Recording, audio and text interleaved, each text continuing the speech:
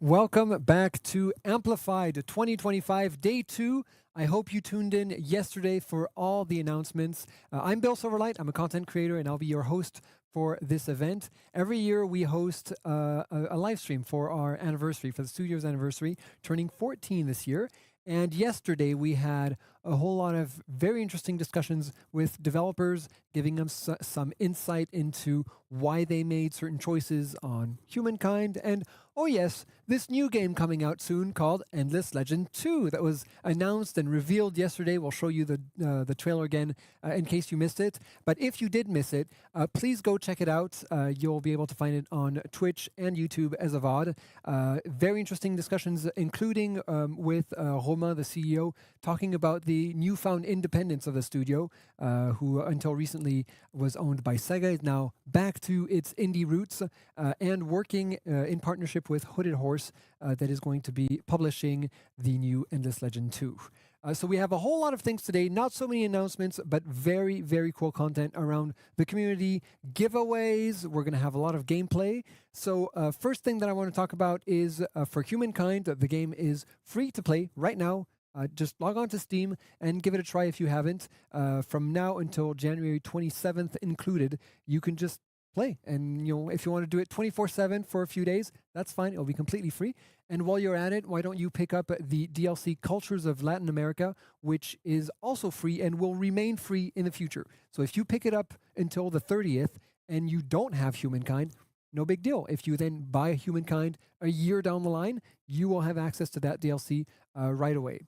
But that's not all, folks. Until February 2nd, Dungeon of the Endless Apogee is free on the Epic Games Store. So that's the kind of mobile version of Dungeon of the Endless. So go give that a try. I think it's a great fit for a mobile game. Dungeon of the Endless works very well for that.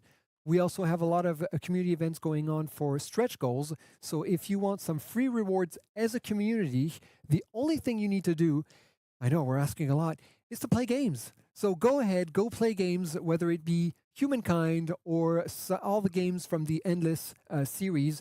Just playing puts more hours towards the total. And right now we're getting pretty close to the first reward being unlocked.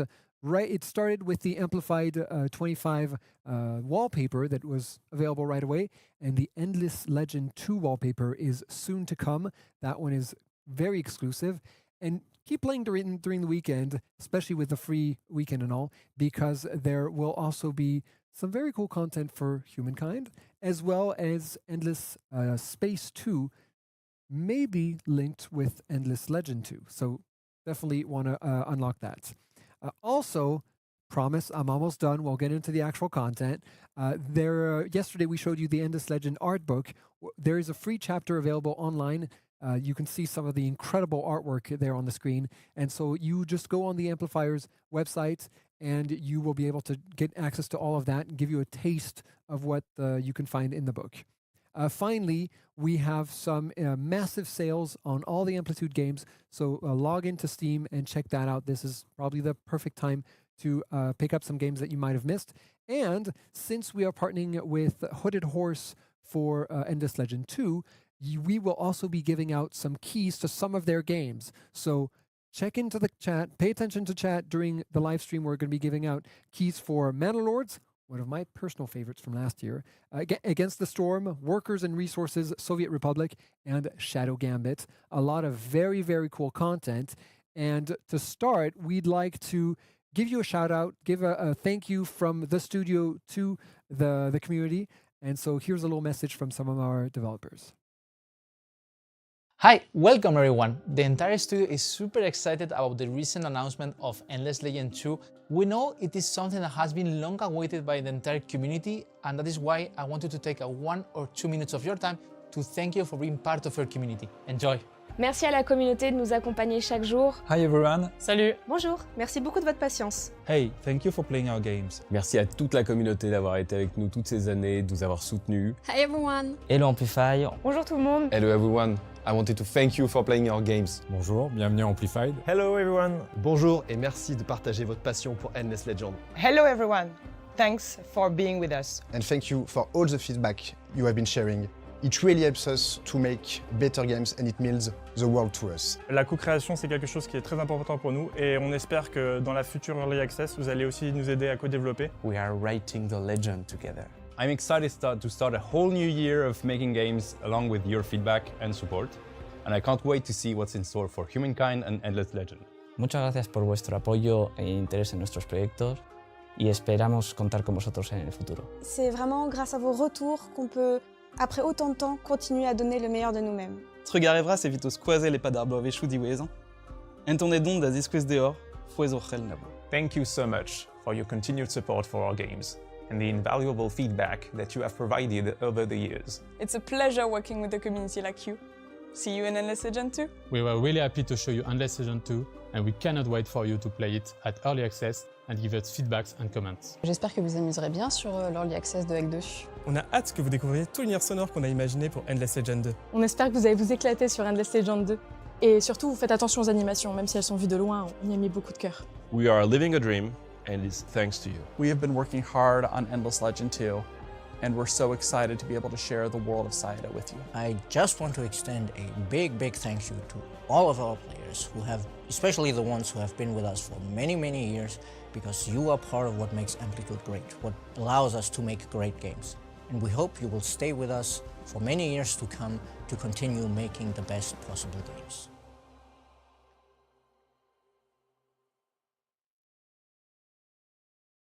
And welcome back. And I'm not alone. You've been here the whole time, haven't you? Yes, maybe. You know, we're community developers. We're always there, always lurking watching. in the shadows. Yes. So, thank you so much for joining me. Kat and Sergio, can you tell us what you do at Amplitude? Well, as I just mentioned, we're community managers, community developers, whatever you want to call it, basically the same job. So, you know, we take a look at what you're saying and take that to the devs, and we take what the devs are telling us and take that back to you. We're the interface, if you will.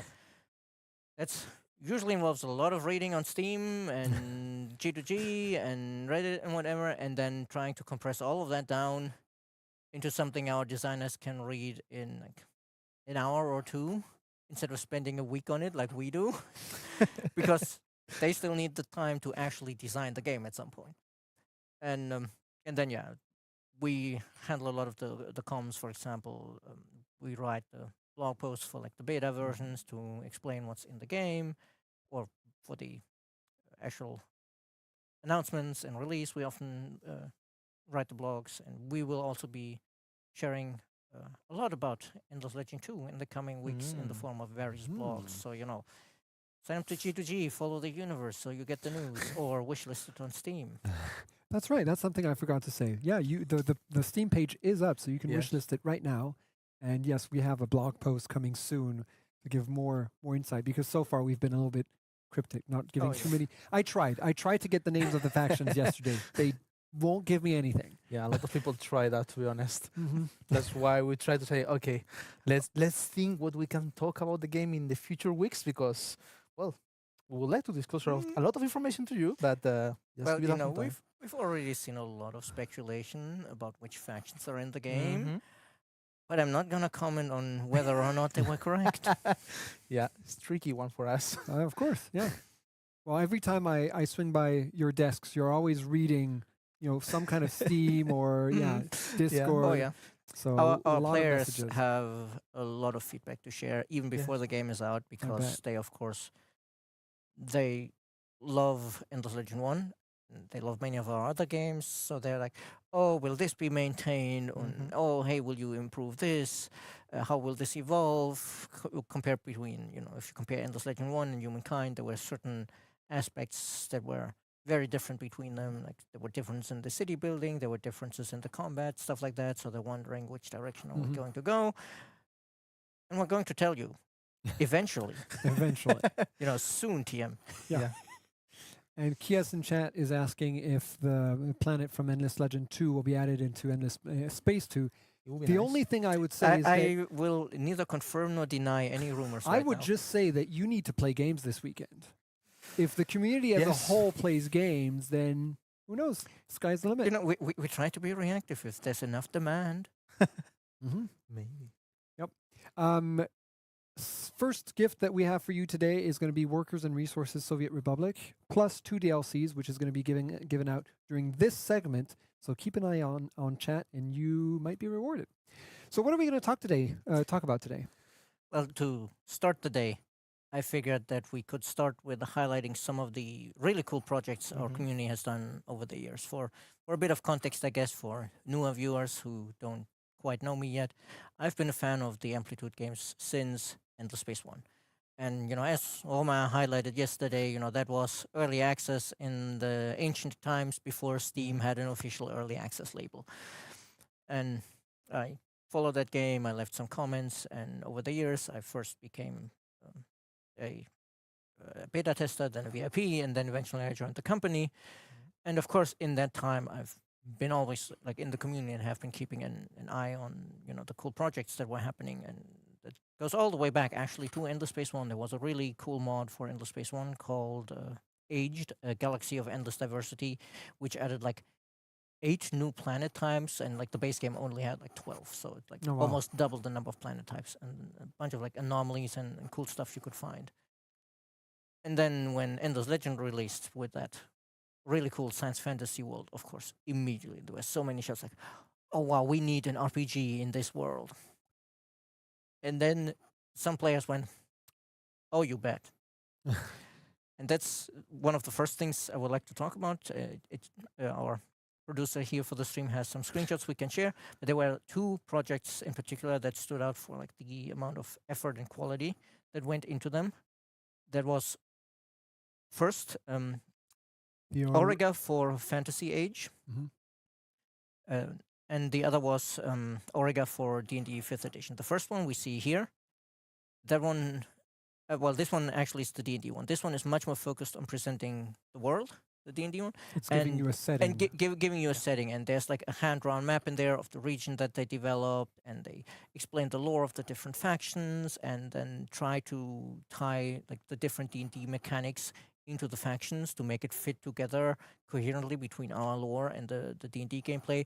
For example, they're talking about like, oh, the roving clans quest, and like, oh, the roving clans, they had knowledge of the wish spell, so they were like amassing dust in order to wish for Auriga to not have this problem with the ever-growing winter. And then they messed that up, and then they didn't want to admit that they messed it up, and so there's this whole like conspiracy that the player can get involved in, and who do you side with? The people who want to admit it, the people who want to fix it in secret, and there's like a whole massive conflict that lays out. And then it also takes a lot of the items in game and gives them actual stats for in D&D, especially the quest items, because they're of course relevant to the quest. And so that gives you a really rich campaign setting to play in. It gives you ideas for storylines. Yeah, it even actually features half a dozen, roughly. I haven't counted exactly. Side quests that are already laid out with like, oh, here's like the plot line, here's like the important NPCs. Like this is an example where it lays out the important NPCs, and of course it's borrowed a lot of the art from our games to make the book look really good. So did the other one, but the Fantasy Age one, that one was much more focused on actual rules expansion. So they have like stats and rules for the different factions to play them as a species, and they have new skills. For example, they introduce flying as a skill because that's not a default in that rule set, but of course necrophages can fly, Alai can fly, and there's a bunch of factions in EL that can fly. There is flying in D&D, but it's very limited. It's like walking in the air. But no, that one is it's a different rules system. Sure. It's, I think originally it came out for related to Dragon Age. That's why the name, and that then expanded that for like Fantasy Age. But or they have like personal cavalry as a skill, which is like specifically referring to like the Dawn Officers of the Vultures with their power armor, allowing them to run really fast. So it's cool. It's 2 different approaches. It's 2 different one approaches, that adds exactly. gameplay or mechanics, and one that adds the setting, and both together. Wow. And I mean, like of course, both have a little bit of the other always, but there's like a different focus. And even just from looking at the screenshots, you can see just how much effort they put even into like the layouting of the pages. Like the D&D one here, that really looks like with the paper texture and everything they put in there. I've definitely seen like, well, semi-official like supplements for D&D released that look like that, like not first party, but people using the license. And the Fantasy Age one is also very well laid out and looks really good. And you can, I don't know if chat can, if the viewers can make out the page numbers at the bottom here, but like these books are between 50 and 120 pages or so long. They're really big. Talking about that, actually, there was some question in the chat asking where they can get those books. I think they should be available, if not mistaken. There are threads about them on G2G. Yeah. Once I get out of the segment, I can post the links in the chat.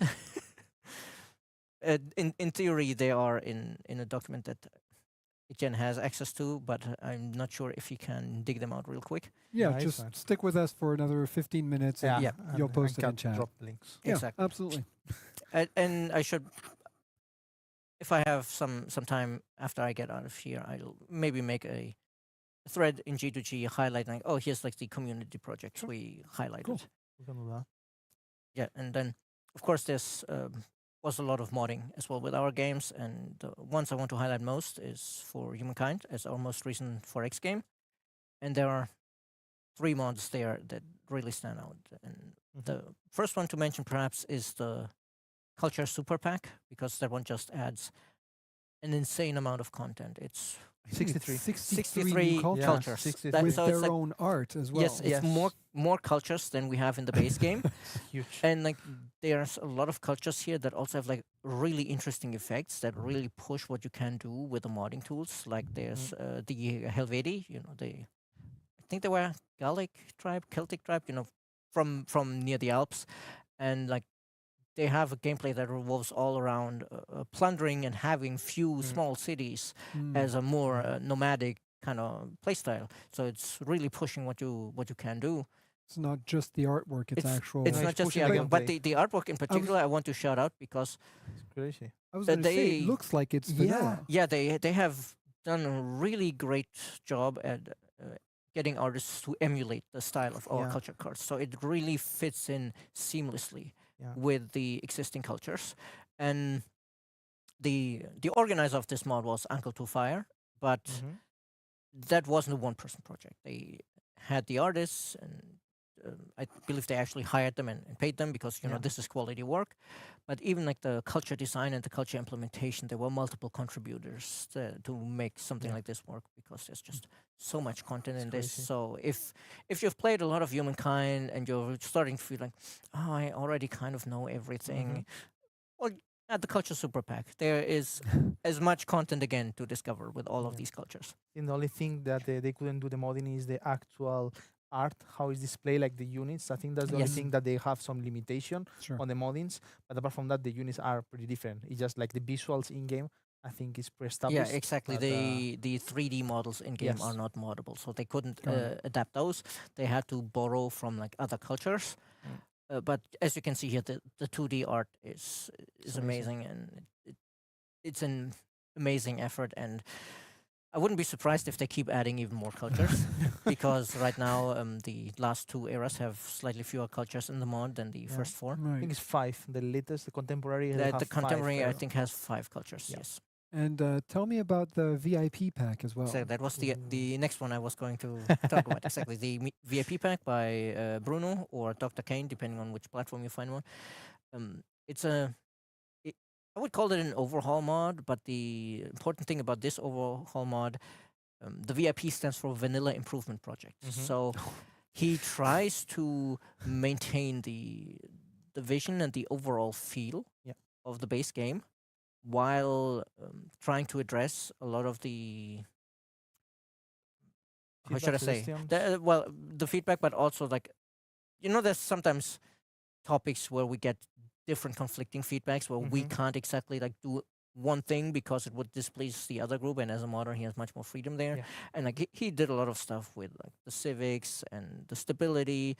For example, he implemented a whole system. I think he used the event system for that, where if you go bankrupt and are like really in debt, it triggers an event that like zeroes out your debt because you go bankrupt, but you get like other penalties for a while so that you can recover, so that you have catch up mechanics. And he had worked a lot on the civics, of course. He keeps reworking a lot of it as we release our own updates. Like the last update in Eduana was very focused on the civics, so of course he had to readapt them. But it touches pretty much everything in the game, and it makes for a very different experience. And I'm pretty sure there's actually a compatibility patch for the Super Pack and the VIP mod, so you can actually use them at the same time. Yeah, I think he has uploaded like 7 or 8 compatibility patch with other mods, and he even tell to the players, and I think it was on a Steam Workshop, and I'm not sure, I think also on Mod.io, he even mentioned like if there is people wanted some compatibility with other mods, feel free to ask him, because they're like, hey, we just saw this fantastic mod, we would like to use it with your mod as well. So can you make a compatibility patch? and I think he would be eager to make those patches. Well, so that's very Yeah, cool. Bruno is absolutely amazing, and special shout out to him actually, because one of the things he touched in the VIP mod was the growth formula for Yeah. population, and that is actually something that he gave us the rights to use in the Mhm. Enheduana update, the formula and the way he had implemented it, so that our growth would follow like a similar curve, and we would no longer have this eternal cycle of gain a population and then they starve because they eat more food, and now it's stable. You reach a point where you're no longer being spammed with those notifications thanks to Bruno's formula. Very cool. Wow. And I think there's also the Stars Shine. The That's- Stars Shine New, yes, that one Shine by New, yes. the name is Joseon on G2G. I'm sadly not able to tell you what their Steam username is because I can't read Chinese. But it's a similar overhaul that touches all aspects of the game. But unlike Bruno, they didn't set out with the idea of, I want to preserve the vanilla game experience. They had their own vision for what they would like the game to feel like, and they addressed that. And for example, they touched a lot of the ideology effects and the doctrine access effects in Together We Rule, so that for a lot of the ideologies now you have like much more pronounced effects than we do have in the base game. Because in the base game, you know, they're like, oh, 5%, 10% more money or more industry, and it's fairly plain, so that, you know, it's it doesn't break anything with anything else. But they really went in and did a lot of work on that, and the civics, and I looked at the patch log for the combat changes in the modern era as well. They had a whole philosophy of like, okay, the infantry is there to hold the line, and then you have the APCs to punch a hole in the line, and the anti-tank guns can outrange the tanks, so that they're still useful, and they actually post their design vision, their idea of why they make these changes in their patch log, so we can follow the reasoning. And That's crazy. so yeah, they did a complete overhaul, and they call it the only overhaul mod, and I think in many ways they are justified because the changes are just so extensive. And I sadly haven't had the time to actually try it myself yet, so I cannot tell you exactly how the changes That's okay. You'll get a lead to a chance different this feeling. weekend when you add to this the week you can test everything. Yes, because counter. I can see how extensive the changes are, and I can see what each in isolation, you know, would feel like. Yeah. But there's just so many of them that it's, you know, there's this emergent property, you know, like the emergent narrative in our games, so to speak, and that's very hard to judge without actually putting in a lot of time. Like even if I played one game, I probably wouldn't be able to fully describe this mod yet, because it's just so extensive. And even though they didn't make it into our top, I think we have a few honorable mentions. Yes. A few other additions, Yes. Such as a few maps for Humankind. Yes, shout out especially here to Oscar and J Demon, who made 2 Earth maps for Humankind that are very popular. Yeah. And they've been in broad use before we added the official Earth map, and they probably still are, because our official Earth map, for honest, is a little weird with that warped perspective with Antarctica in the middle. Yeah. And they're really great maps, and they're absolutely massive, and they must have spent so many hours preparing those. And G Demon actually won the map making contest with his back then. And what about Endless Space 2? yes, on Endless Space 2, there are a few mods. Shout out to the ESG mod, which a lot of people use in multiplayer for rebalancing. And there is also a really nice mod called Endless Moons, which again adds a lot of gameplay around new content to the game, in this case around moons. So you, instead of just having, oh, this planet has 1 moon, this planet has 2 moons as anomalies, you have like, oh, this is an icy moon, this is a volcanic moon, and they have different benefits that you can then amplify by exploring them. And as you explore them, you might even find mysterious temples of the endless, or you can discover, oh, this moon isn't actually rock at all.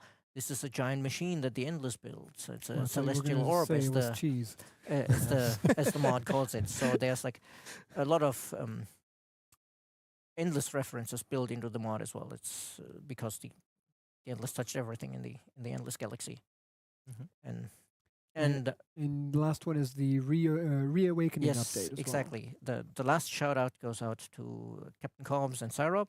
Yeah. And oh god, do you remember the two people they hired? It was Fritz something. No, but no. Frost Gremlin and don't Chaos recall. Will Rise, I think. Maybe. Maybe. But yeah, I don't recall exactly the name now. we had worked with Captain Cobbs and Syrob on the Reawakening page to let them work on the design and the implementation, because we only have so much bandwidth in-house to work on our back catalog, but we knew that the Reawakening DLC was not well liked by a lot of players because of balancing problems and because the faction didn't feel interesting enough to them, or didn't feel quite right, because they didn't have this sense of being an ancient empire that reawakened and reclaims their world, and also that the diplomacy with Ysander was not as fleshed out as it could be. And Cobbs and Sarah have done an amazing job working on that, and they also fixed a bunch of other errors and bugs on the side as they were working on that. And it's really good work, and all the feedback, well, almost all the feedback, because there's always some people who are not happy with the changes, but almost all the feedback was very positive, and like, wow, now, because before people had been saying like, oh no, turn this DLC off, it actually makes the game worse. And now they're like, oh no, now this is actually quite good DLC. Like, there's like interesting options with to interact with the academy, because they added a whole system of diplomacy with it. And the Nakalim now feel much more like this ancient reawakened empire, because you can find ruins and awaken them, and there's already a bunch of population and infrastructure in there that you immediately get. And so it's really great work, and we're very grateful to them for working with us, because without their help, as I say, we have limited bandwidth. There's only so many devs we can fit into this office until the fire brigade says, hey, this is a fire risk. And so, well, it's always been a part of Amplitude's DNA to have to work to with give the players. ownership to the community. We talked a lot about it yesterday. We'll do some more of that later on with co-creation. But it's not surprising that we welcome. It was the natural step for the entire studio. We were coordinating with the LabOps and say like, okay, can we work on the back catalog? Okay, yes, okay. Can we maybe get involved with the community? Yeah, let's go for it. And then we just get in contact with Cops, Syrob, see if they have the time, and absolutely we just go for it. It's of course not an easy process, because they had to make sure that they were set up to work as contractors, and then we had to figure out like IP stuff and contract stuff and whatever. So there's even with something like this where we only hire 2 people, there's like so much paperwork, which when you're looking from the outside into the industry as a gamer, you never realize how much administration goes into making one of these games. There's so much paperwork. It's not just developers. Yeah, exactly. It's all the support around. Exactly. And we have great designers, great programmers, great developers, but in the end, we also need to thank all of the support teams, the live ops team, the admin team,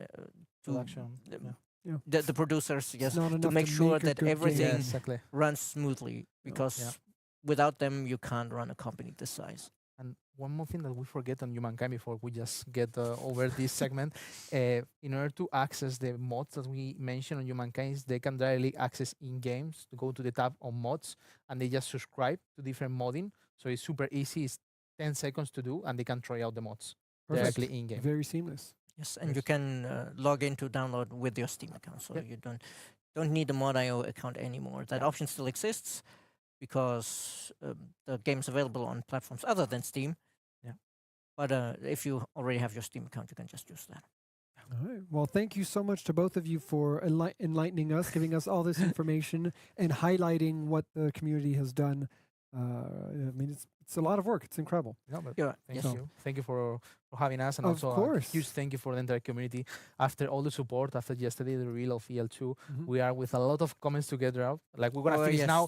We're gonna go to keep reading things. So thank you for all the support, and it was amazing. So many wonderful messages from all of you yesterday in chat, now and on our different platforms. Looking at it, everybody is so excited for Endless Legend 2, and do you have any idea how hard it is to not say anything when you've known about this for I don't even remember I how think long. 4 years of development, I think, so far. Something like that, yes. Something like that.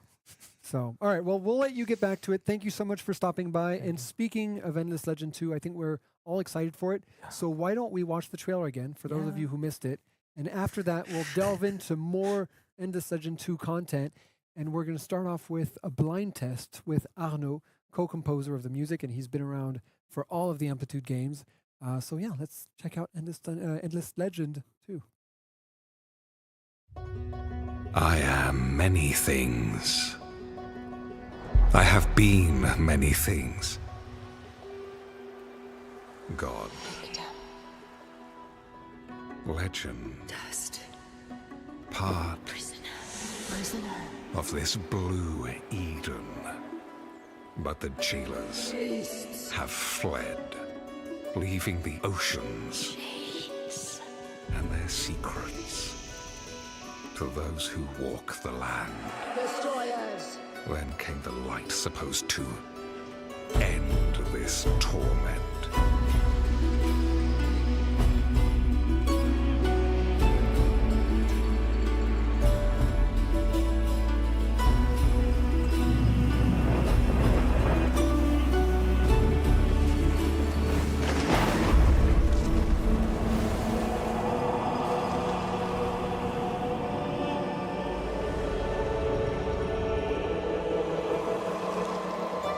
But where everyone would have seen a threat in the cataclysmic tidefalls, those cunning explorers saw an opportunity to expand their empire. Light. Corruption. Led by their desire to quench their thirst for power, they'll eventually get to me.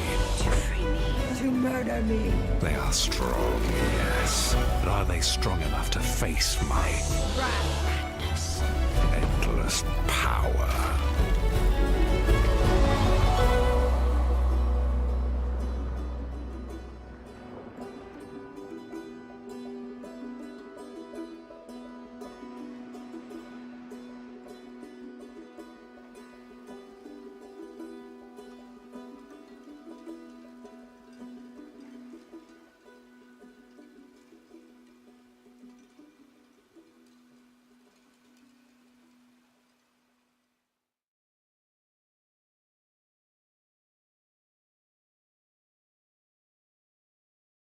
And we're back.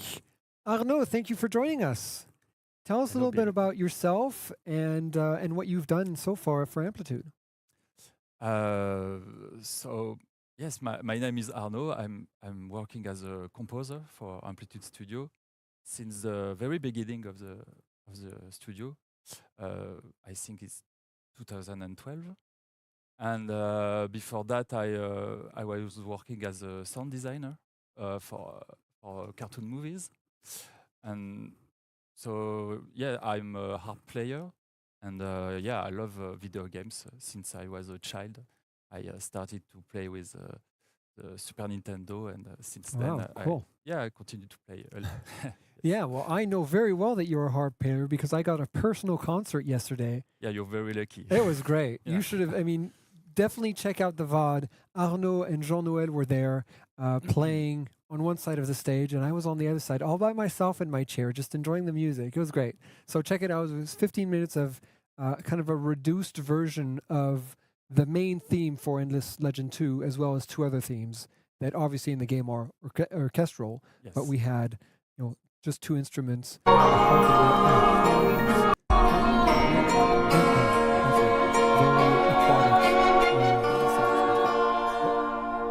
We're getting music. All right, well, we're getting teased. That's fine. That's what we're going to do today is listen to music. So you've prepared some snippets of music from what you've done with Amplitude. Yeah. And so we have to guess where it comes from, and then you'll tell us a little bit about the process. Yeah. Okay, well. Oh, okay, so we had one music jump scare. We're not quite ready for the next one. That's okay. So let us know as soon as you're ready. So it's going to be fairly quick, just 30 seconds of music, and then we'll delve into it. Are we set yet? No, not quite. All right, well, tell us, why did you choose the handpan and the harp in terms of sounds? Yeah, we talked a little bit about that yesterday. Endless Legend 2 is. I think this is ready. Oh, okay. We'll get back to that.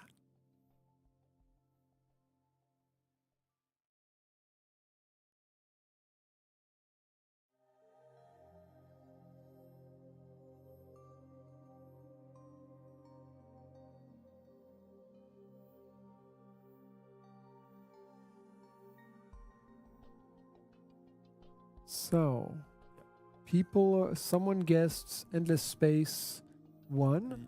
Yes. Is that correct? This is true. Yes. All right. Yes, this track has a very strongest. It's a strong story for me because it was the first track I produced for Amplitude Studio. Oh wow! Yeah, and at that time I wasn't working at all for the music. I was hired by Romain and Mathieu at that time for being a sound designer, you know. Mm-hmm. So for Endless Space 1, I work on sound design stuff with Benjamin. And one day I asked Romain, hey, do you have some composer? Because I can try something. Mm-hmm. And I was in my flat in Paris and with some synthesizer, and I have no idea of what's going on and what the music, the success the music will be. So I just play around and give them that particular track, and they said, "Oh, this is good. Okay, so let's continue together." Cool. And so yes, it was the first composition for the studio. Yeah. All right. All right. Well, let's move on to music piece number 2.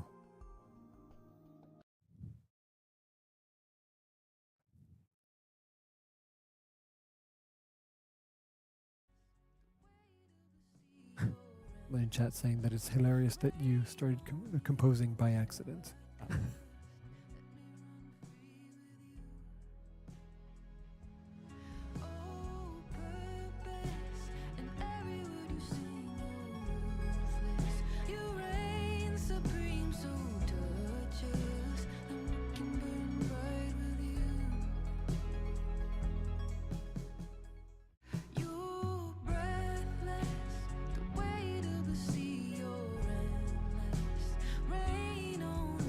I think everyone's got that one. That one's easy. It's easy. It's so different. Yeah, very different. So obviously, Endless Dungeon, right? Yes.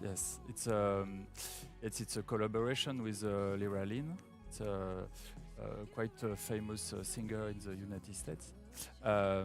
She's from Nashville, and at that time when we talk about the saloon in Endless Dungeon, there was that idea to have a rock band on stage, and so I remember that artist because I saw him.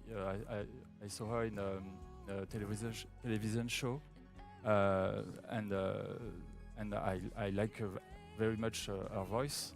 So I pick up my phone and call her, and she said, "Oh yes, let's do it." So she make those amazing tracks. We work together. She composed all the music, and I add some kinds of synthesizer stuffs on that, and so this particular one is called Endless. Yeah, so it's really in the it's a theme of the game. So yeah. All right. Great track. Yeah, very nice. All right, let's move on to track number 3.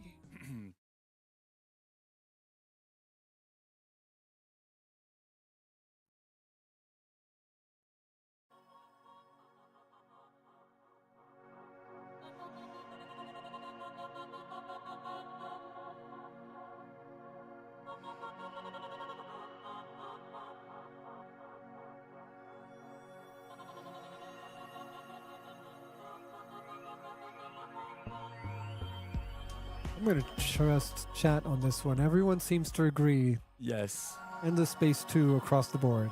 Yeah, yeah. This one is easy, but there is something you maybe don't know about this. This is it's a kind of remix, in fact. Those choir are from another game, from Oh. Amplitude, and it's quite difficult to guess what game is it, what particular track is it. So the next segment of music will be the answer. The original one. Yeah, Hmm. you know that choir melody is from another game. Okay, well Yeah. let's listen to that. I'm Yeah. curious now. Yeah.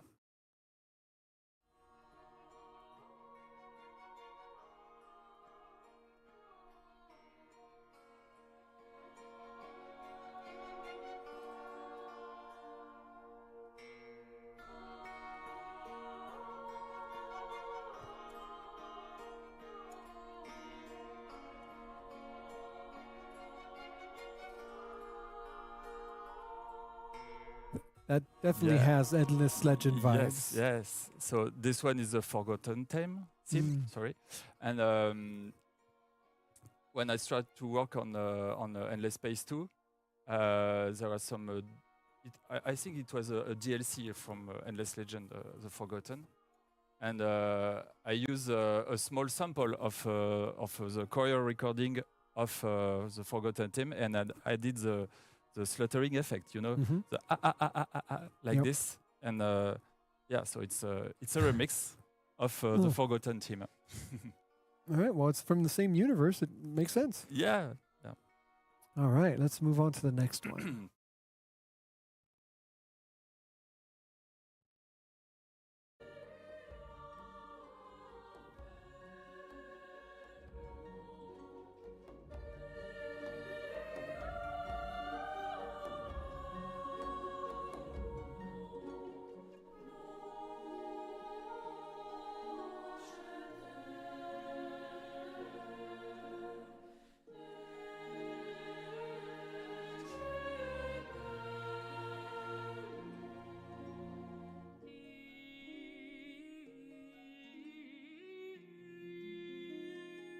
Definitely Humankind for this one. Yeah.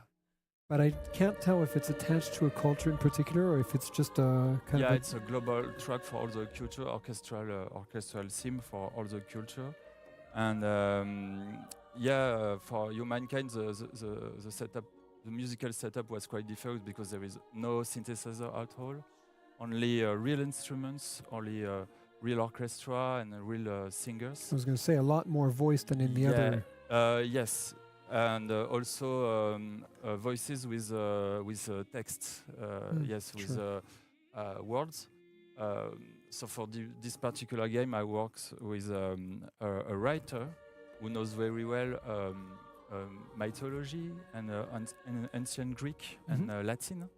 So she picked some extract from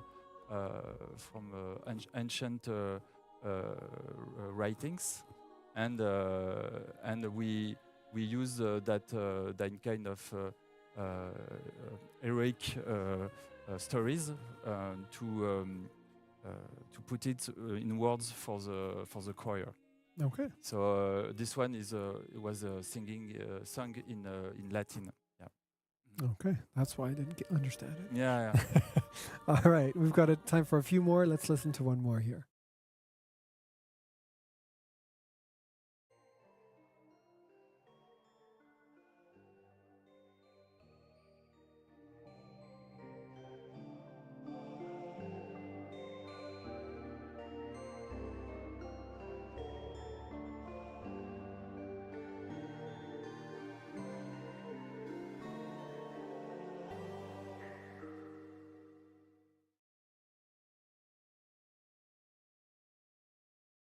Boy, chat is on fire. I would have.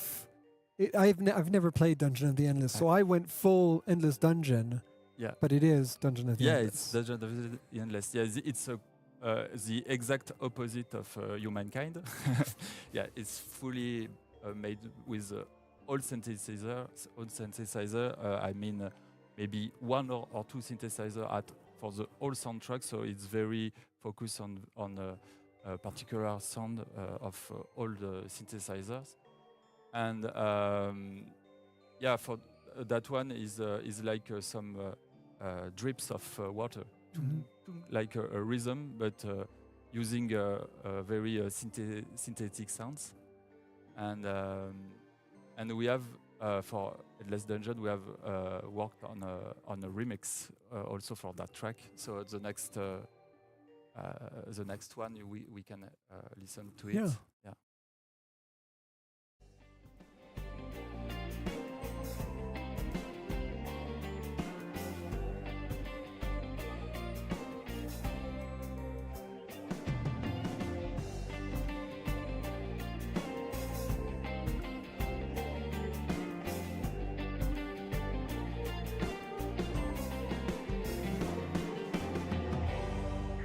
Yep, chat called that one. Yeah. So it's got to be absolutely fascinating to move from all these different settings for games, because as you said, there's, in Humankind it's very instrument and voice based, and then all of a sudden you've got synthesizers. It's got to be so cool to just change your tools every time. Yeah. It's been lots of part of the creative process, because when you have it's like a painter, the more color you have, the more you can do a different kind of painting. So with music it's the same. The more you can play and knowing of different instruments, the more you can compose different styles. And for this remix, for Endless Dungeon, we want to keep the synthesizer stuff from Doty, but also to add that rock band stuff. Yes, like playing around and gigging in the saloon. So for this remix, I worked with a guitar player, Thomas Autogali, and he made all the arrangement and the guitar parts of the game, and we had the drums, and we have it's exactly the same track, but the mood is very different because you have this. It's more. Absolutely. Yeah. You're expecting insects or something to come at you any second.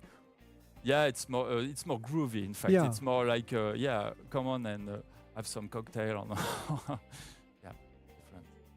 All right, and let's listen to one more. Okay.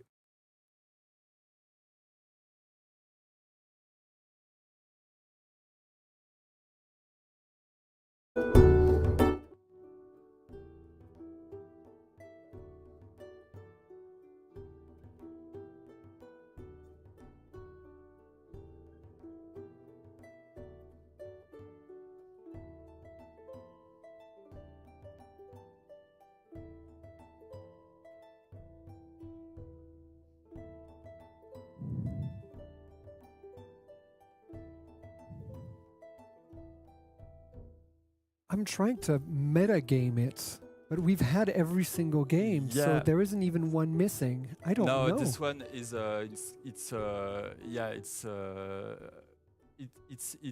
sounds like the one we played yesterday.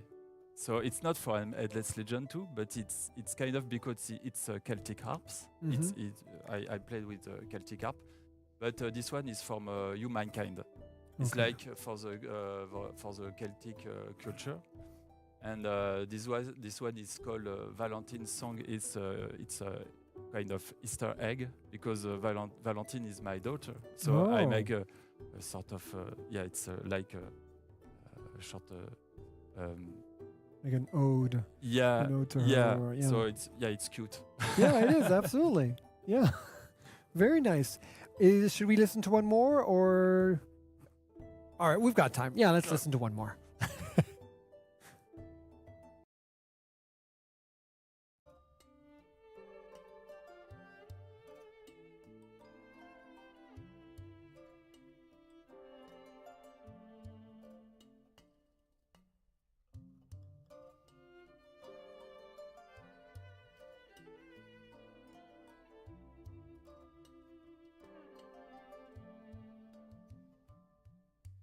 Endless Legend? Yes. Ah. Yeah. Again, it's kind of a very exotic instrument. And this one I played with Jean-Noël, and it's a kind of harp, but it's not a Celtic harp. It's a kora. The track is called a kora tale. The kora is it's a harp from Mali, from Western Africa, and it has a very particular sound. And on this one, Jean-Noël is playing. I don't know in English. It's called the oudou. It's like a jar, Okay. and with holes and a Oh yeah, I've it's seen those. Yeah, it's not like tablas, like Indian tablas, but the sound is quite the same. And with this one, we have a kind of aquatic sound also. So yeah, for Endless Legend 2, we have we continue this kind of tracks. Yeah. Okay. All right, very cool. All right, I think they're almost ready backstage. If Etienne, if you wouldn't mind switching back to the main shot. Well, thank you so much for being with us for this, for getting us in the mood for Endless Legend 2. Thank you, Bill. I can't wait. You know, we've heard part of the main theme now. Yesterday was a certain arrangement of it. And also, is that what we could hear in the background of the trailer? Or is that... Yes.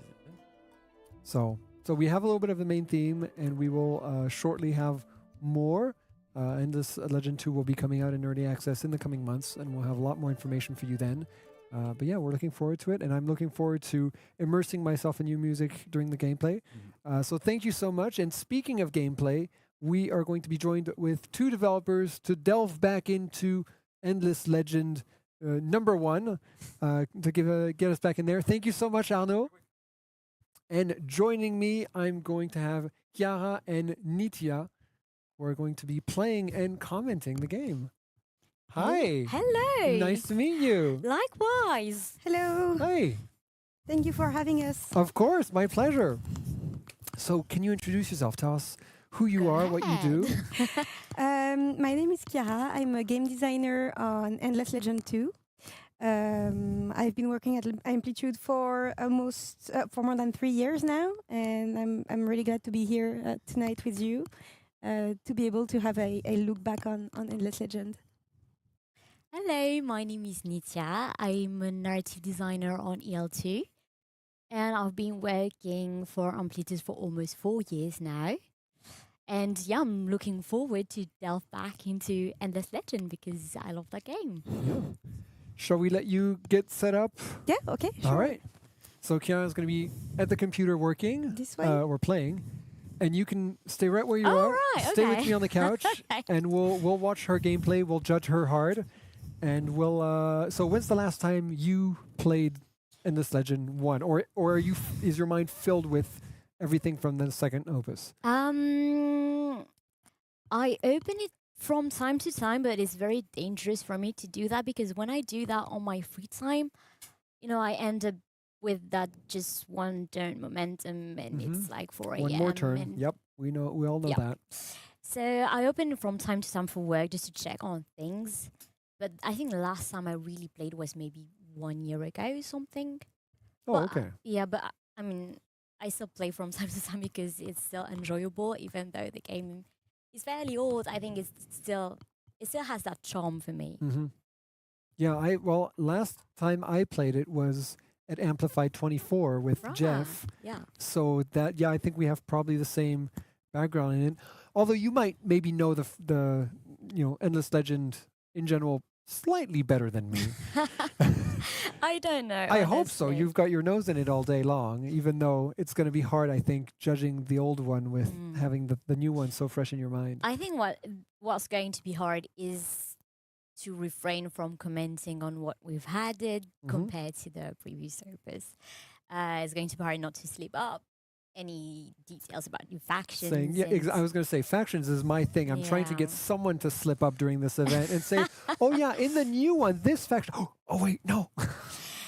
We'll try not to get there, but honestly, it's going to be hard, especially since, you know, it's so tempting when seeing that old game, like trying, because obviously we know that it's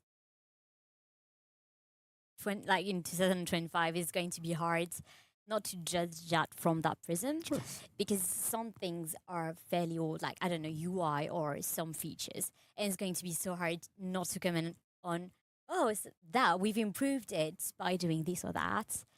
But yeah, Well, we just announced the game. Soon enough, you'll be able to speak a little bit more freely about it. I mean, in a few months' time, people will be playing it, so then the information will be out in the open. But we're still on our guard with Kya here. Yeah, so. right now we need to be careful. So, Kya, tell us what you're doing right First now. pop-up, Okay. always the Draken.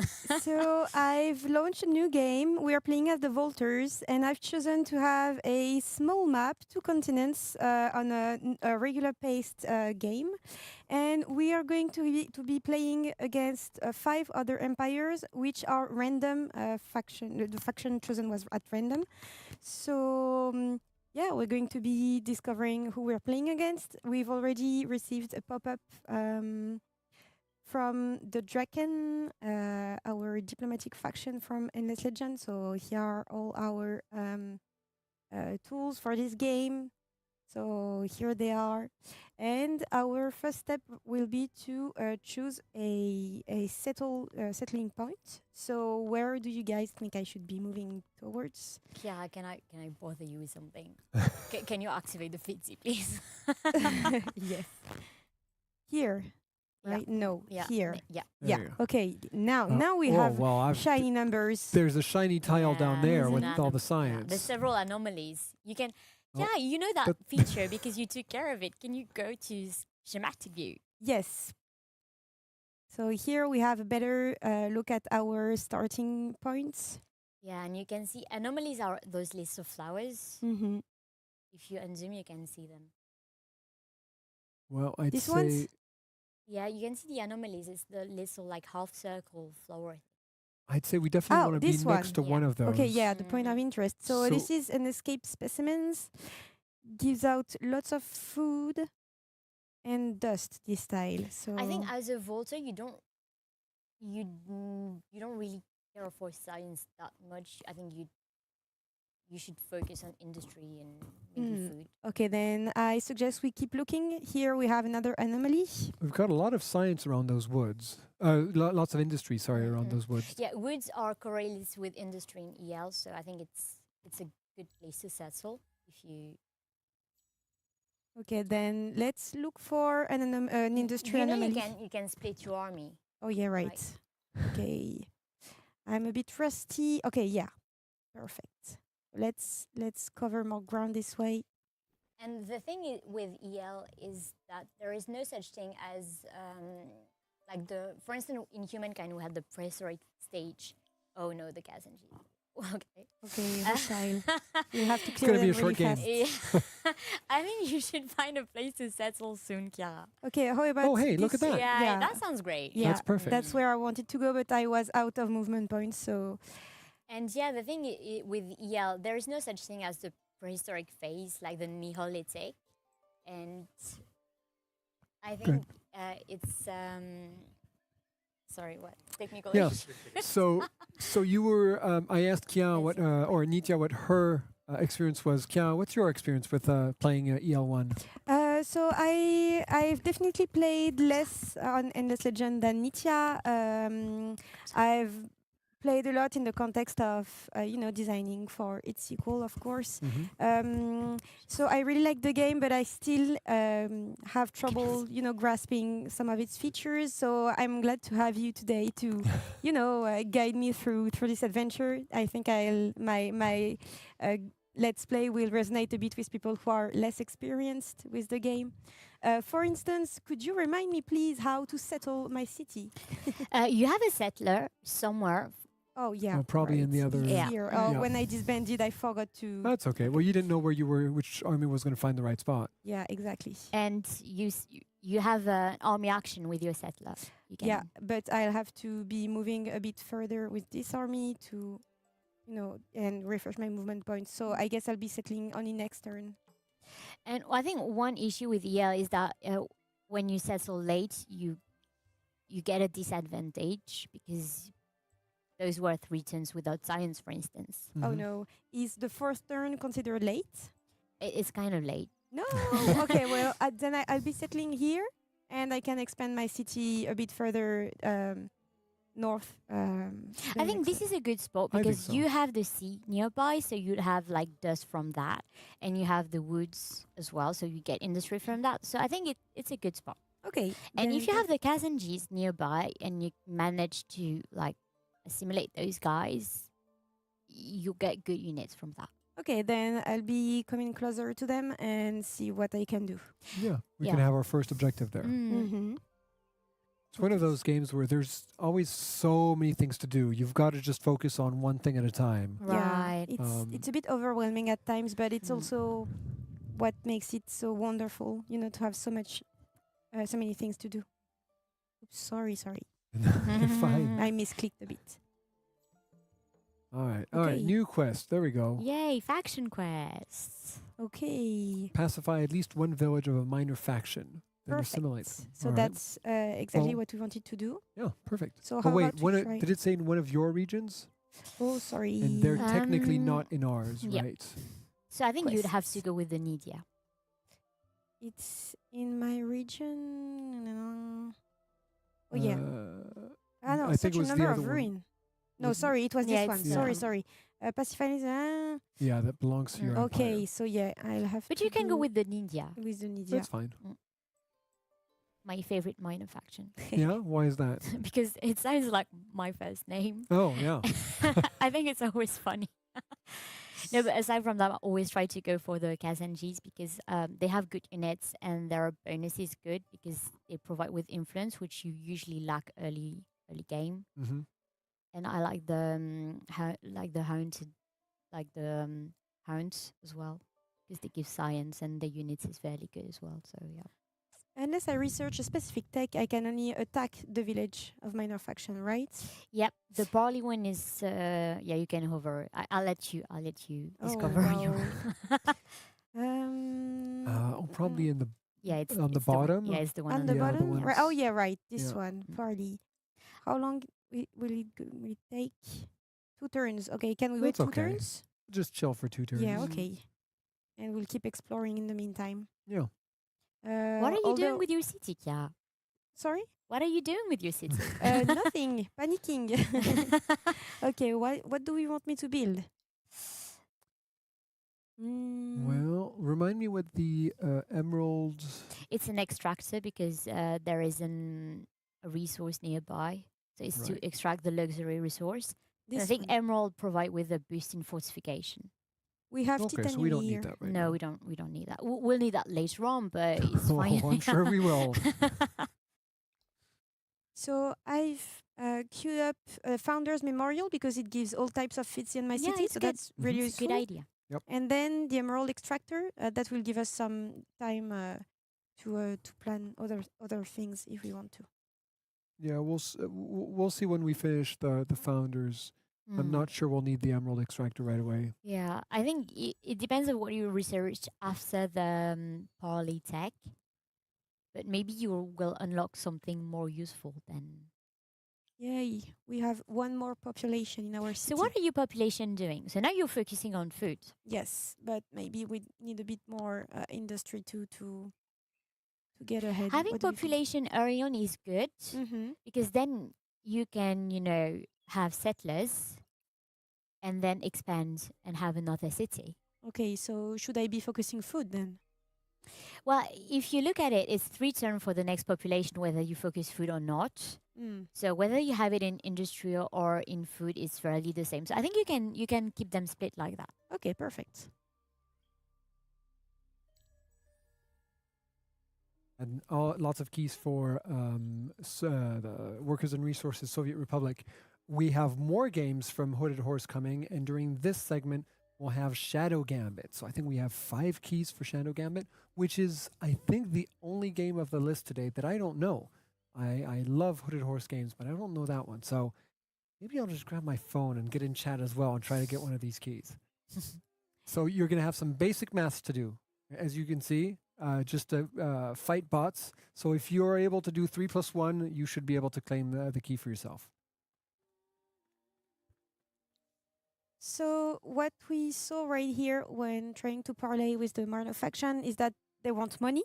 Of course They do. want 50 dusts, and we do have 50 dusts, so I suggest we parlay and give us the money.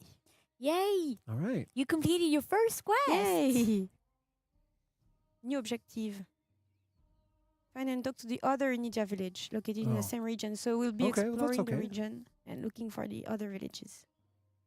If that sounds all right. to you. I think it's very cool because having villages early on the territory you've settled is going to give you a good bonus when you assimilate them, when you pacify them first. So you've got a good spot to put your city on, I think. And you want to remind us the process to pacify them? There's 3 ways of pacifying them. So Kia is going for the quest, which is the most peaceful way. It's good because it gives you bonus and it pacifies all the villages from the territory at once. You can also bribe them, which is basically you give them money and then they become pacified. But you have to do this village by village. And the last one is attacking them. So it's basically you destroy the village, it triggers a fight. But then you have to rebuild the village in order to gain bonuses from those villages. Okay. Otherwise, it's not pacified. It's just eradicated. It's technically pacified because it won't Sure. burn any army, but yeah, it's just destroyed. So I've queued up a tech to be able to construct a titanium mine a bit later. Yeah. All right. Okay. Okay. So I'll be looking for the other ninja village and going through the ruin here, see if I can get some dust or something nice. And I want to talk also to this minor faction village to, make it researching the parlay action worthwhile. 8 die. 8 die. Greedy, huh? Wow. Well, I'll be back with some more Yeah. people then. I think focusing on strategic resource is a good idea, Chiara, because the voters need a strategic resource. They Mhm. have it's part of their symmetry. Okay, perfect then. So yeah, Researching the it's a good idea. titanium is going to be useful. So I have a skill point for my hero. Something that increases loot on ruins. Having more movement points. I mean, right now we're scouting, so movement sounds pretty good, actually. Yeah. it Okay, is. then. And it's you have to look at the long run. It's going to open some other useful skills as well. And this hero is probably, since it's your starting hero, is probably not going to be a governor. So the city skill is not the most useful one. Right. Okay. Hey, look at Let's that. go. That's Looks like- unexpected. yeah, No need to come back with everything more is- people. I'll be, going back. Hey, that worked out. Taking Great. their time. Yeah. Wonderful. Yay. All right. So they've been pacified. Mm-hmm. So does that mean that now we should go settle in that region to get their bonuses? I think that'd be a good idea. Okay, then I need a settler. Yes, you Mhm. do. I'll be queuing it up here and maybe going like Yep, that. Definitely. If you do that, Chiara, I have to give you a warning because when you are building a settler, it's going to freeze your food production. So all the population that you have in food will be unnecessary. You can place them elsewhere. Okay, then I wait for the Founders Memorial to be done and then I'll move them elsewhere. Perfect. Okay. Although we'll have to be careful. We don't have a big overflow of food. No. So we might, we'll probably be fine, but we might also want to build some kind of building beforehand to keep our production going. Yeah, I agree. I agree with that Okay, statement. then the settler will have to wait. I'll have to queue. I don't think we have No, you anything have so to. far. You have No, to I go have- to your text screen. Okay, Chiara. then let's go to our tech screen. And this is a food technology. That would work. Yeah, that was the one. Yep. Yeah. It's just I'm thinking the order in which I'll research them. Do I keep researching the titanium extractor. You can't change the order of the Okay, queue. then. Yeah. We'll keep it That's fine. this way then. We'll take our Do time. do we want to build something else before the settler then? Oh wait, what's that? We- Search for a oh. relic of the temple ruins. Yeah, we have to search this point of interest under 5 turns. And we have one more population, so that's great. Oh yeah, we saw Yeah, there was it. already. We saw it Perfect. earlier. Okay, great. Then these guys are going to be. Can they reach this point in under 5 turns? Can I do that? Well, let's see. Fi- Oh, well, yeah, probably, we can. Okay, it's a bit Just. tight, but we Mhm. can do this. And the other guy can scout this next region, which is the one that we want to go to. Yes. Can you go to schematic view? Yes. So you have take a look at what resource you have in your city. Yeah, you have titanium, right? And emeralds. Yeah, but emeralds are luxury, right? Yes. In titanium, she's currently researching the tech Yes. to Mhm. exploit them. It's the same tech for both strategic resource. I think you need also to take into consideration that it's good to have both strategic resource in one of your territory because you're going to need both. So I think it's also a good idea to check where you can find some glass steel as well. There is only titanium for now. Oh no, wait, no, this is glass steel. Okay, so this territory where we wanted to settle because we pacified this. Oh, you've pacified the other no, one. the yeah. south. We didn't? South of that. We no, didn't pacify yeah. that one. Those Oh, are the yeah, right. Kazanjis. You pacified the city Oh, and one. I've never talked to them. No, you haven't. So yeah, I'll be going back then this way to make sure this region is really secure. And you said that they were hostile, right? Yes. Yes. They're all hostile in Until you've pacified them. until you Yes. pacify them. Not only are they hostile, they are kind of powerful as well. I mean, those are literal demons. Okay. so- So we have the alchemist furnace, which will allow us to build a titanium extractor. Let's Which see we might want to do right now, actually. Or yes. Oh, and the settler. I forgot about this. Okay. Do we want first the settler to go and claim this territory, or do we want first to build? I think you can forget about the emerald for now. Yeah. Okay. agreed, yeah.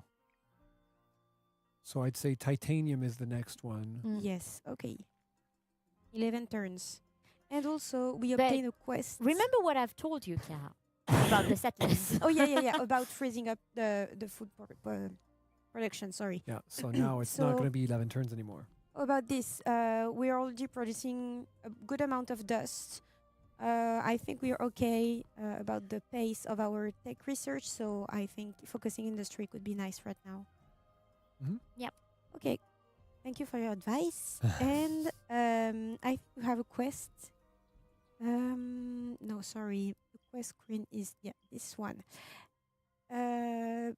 Build a public library, and we Oh, that's could easy. get Mm. Geomic Labs. Is this a good reward? Should I be going this It way? is. It's a tag, so it's free tag. Mm, Definitely. Okay, It's then pretty good. this is ongoing. We love Talk free to the other tags. Nidia. Talk to the other Nitya. Got it. Yeah, and public library. So I'll be queuing it up in my city to not forget about it. And if we ever have some higher priority, we can just. Mhm. I forget think right about now it. that's a good cue for us. And focusing on production means that all these things that we need right now will get quickly. Mm. These guys are still walking towards our point of interest. So let's go. We're still far away. Yes, but I think the preview was saying that I should arrive in time. Mm-hmm. Yeah, one turn. So the following turn, I should be able to research it. Right. I hope I get there in time. And these ones are going to be moving towards the village. No, wait. Sorry, I misclicked. Okay, I'll be waiting for next turn. Oh, isn't this nice, quiet, early gameplay? Because Yes. eventually, things get much more active and frantic. But you've done a good job pacifying nearby villages. So it should stay calm like this. Famous last words. Hopefully. Okay, so if I understand correctly, I have to destroy this village to pacify this one. So I get one way or another. I always end up doing violence. Well, then you have to bribe people if you don't want any violence. Oh yeah, sure. But to bribe them, I'll have to research the correct tech, No, right? you can bribe them from start. Oh yeah. Okay then. And on my way to. But it's pacify them. good. It's good farming for experience. Okay. Awesome. So we got 80 dust. There we go. If we did want to bribe, then we could. Oh no, I must defeat it to gain Oh. control over it. Classic. Okay, that was my first complete notification. So who are you? You only have one unit. Yes, I'm so- not going Oh. to take him on right now, but I want to That's check fine. Your other unit is coming. Are 2 units going to do it? level 1. Let's find out. Okay. What about buying a unit in the city since we have dust? I think you need a marketplace for that. But you can try and see if you can. Yeah, you can try and see if you can do a buyout. The thing is, buyout on EL, you only have it on the turn after that. So if you if you do a buyout on a unit this turn, you'll have it at the beginning of the next turn. And I'm too poor for that.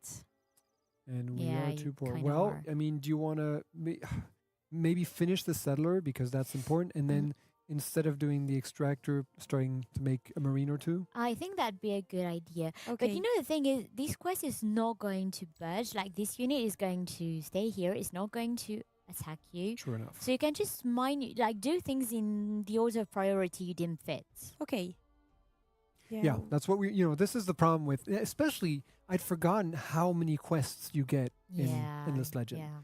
And it's very easy to, have that squirrel effect where you're focused on something and, ooh, something else shiny. I've got, Exactly. my wife loves, RPG games, but she's so frustrating to watch because she'll be like, she playing the Zelda games these last few years. She'll be like, oh, I want to go to this temple. And then I come back 3 hours later. So how was the temple? I haven't gotten there yet because she Too sees many, a sanctuary and a guy, and it's so this is exactly.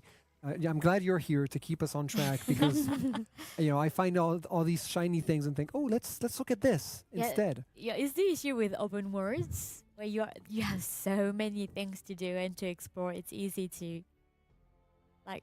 lose your focus. It's the same with Endless Legend.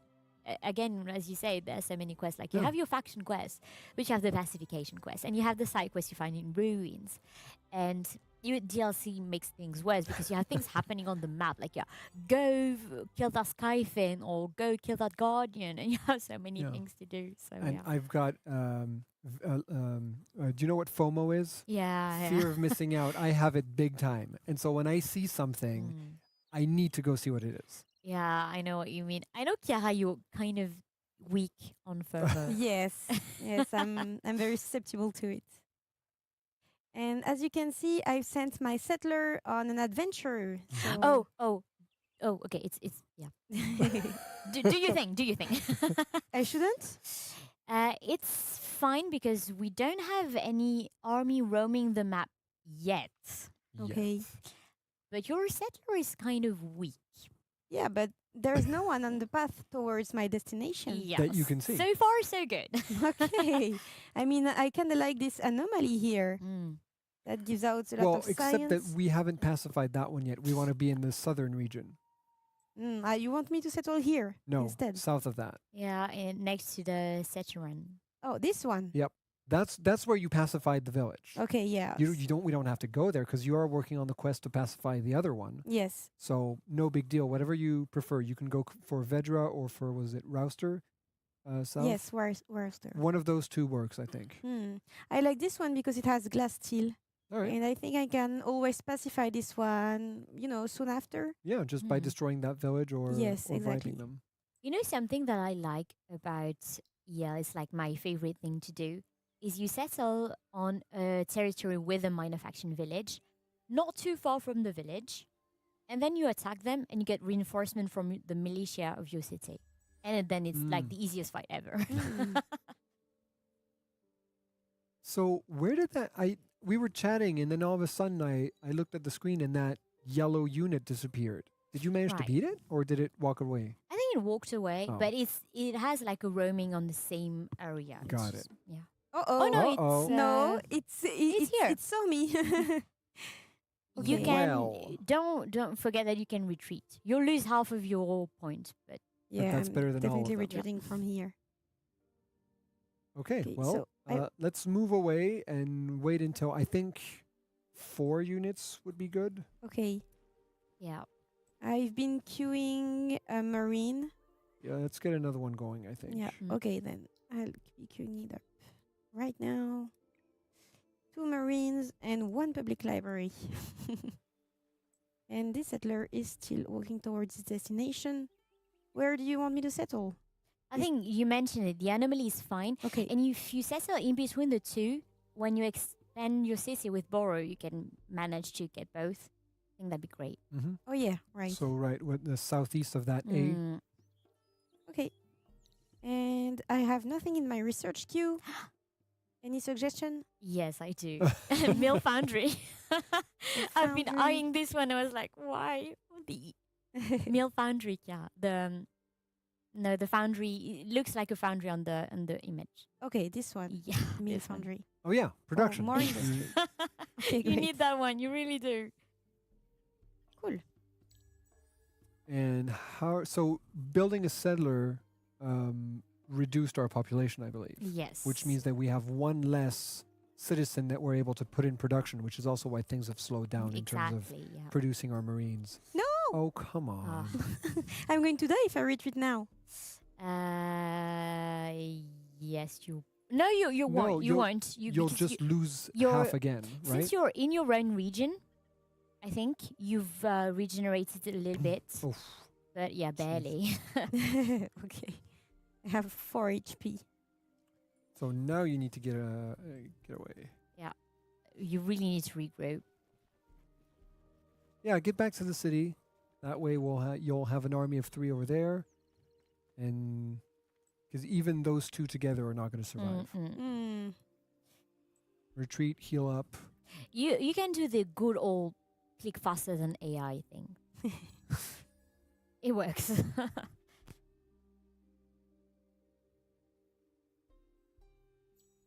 Run, first Yeah, I Iron was just saying, Legion. holding our breath.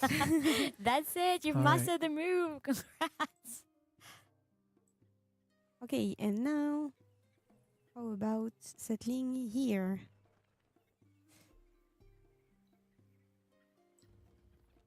Okay. Looks good enough. Mm-hmm. Seed storage maybe to start to Yeah. kickstart the city. Exactly. Population, then industry, and then the rest. Okay. Here Yeah, we are in- still waiting for the Marines. In 4X games, doing exactly that. Population, production, snowballs. Because after a while, you can just snap your finger and build anything you want. Mm-hmm. Hey, Yay. those 2 people living here had a kid. Can you go to your Empire screen? Empire screen. Next planning too. So Ooh. I'll can keep you an eye out. check? You have you have 2 cities now. Can you check? Can you hover over the picture you have on your Empire plan? Which one? Like the top things, for instance. Yeah. Can you like maybe some of the lines? Oh, you can't. Oh, you have to simulate. Sorry, my bad. Yeah. What does it cost to increase it by 1, for instance? Military? Yeah, whichever. 40. Okay. Okay, no, it's fine. You'll get there. No Okay, worries. enough. You can close.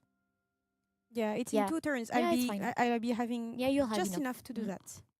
I just wanted to make sure you'd have enough in order to use that efficiently. But you Okay. do, so everything's fine. I'll be waiting for the Marine. Sorry, I moved a bit too far. I want to wait for the Marine so that when it spawns, I can merge with it really quickly.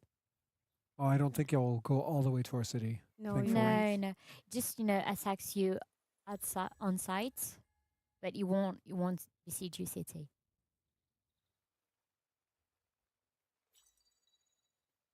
Okay. Yay, Mill Foundry! Finally, you All can right. And the marine. build that one. Okay.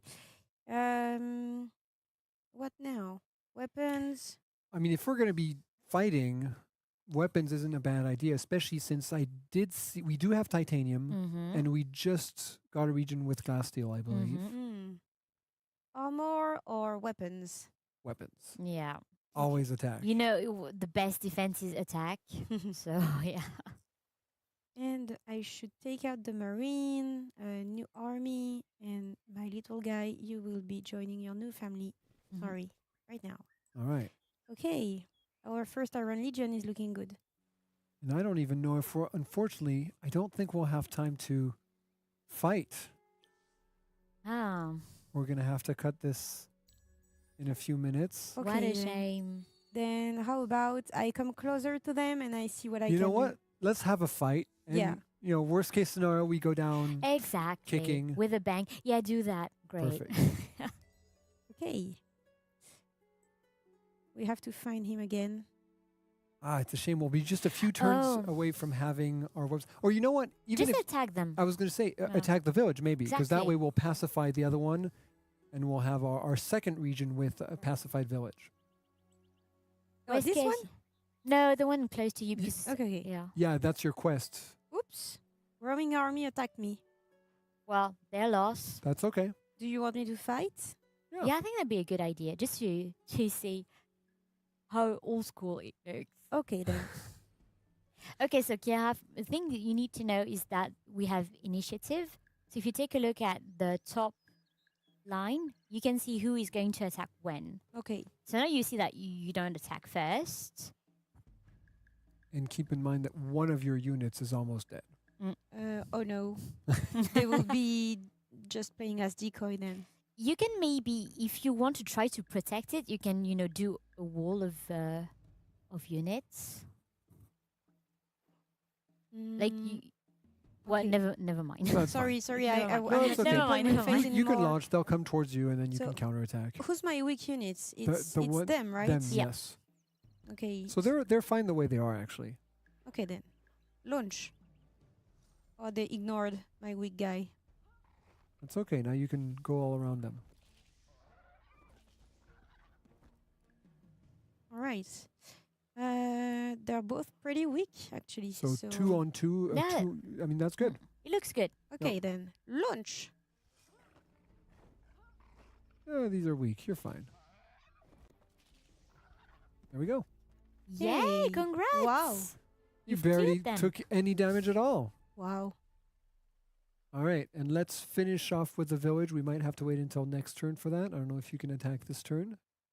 I think No, oh, I can't. No. You need a movement point. All right, well, let's end the turn. Oh Ooh. wait, my hero leveled up. What's the eagle? One plus Mhm. one vision. It's not great, but it will open some cool stuff later Yeah. on. So Okay, then apply. And I wanted to see if I had any equipment I could equip. Not yet. Not I yet, think okay. nothing very interesting. We're close to having the weapons, but we won't have them in time.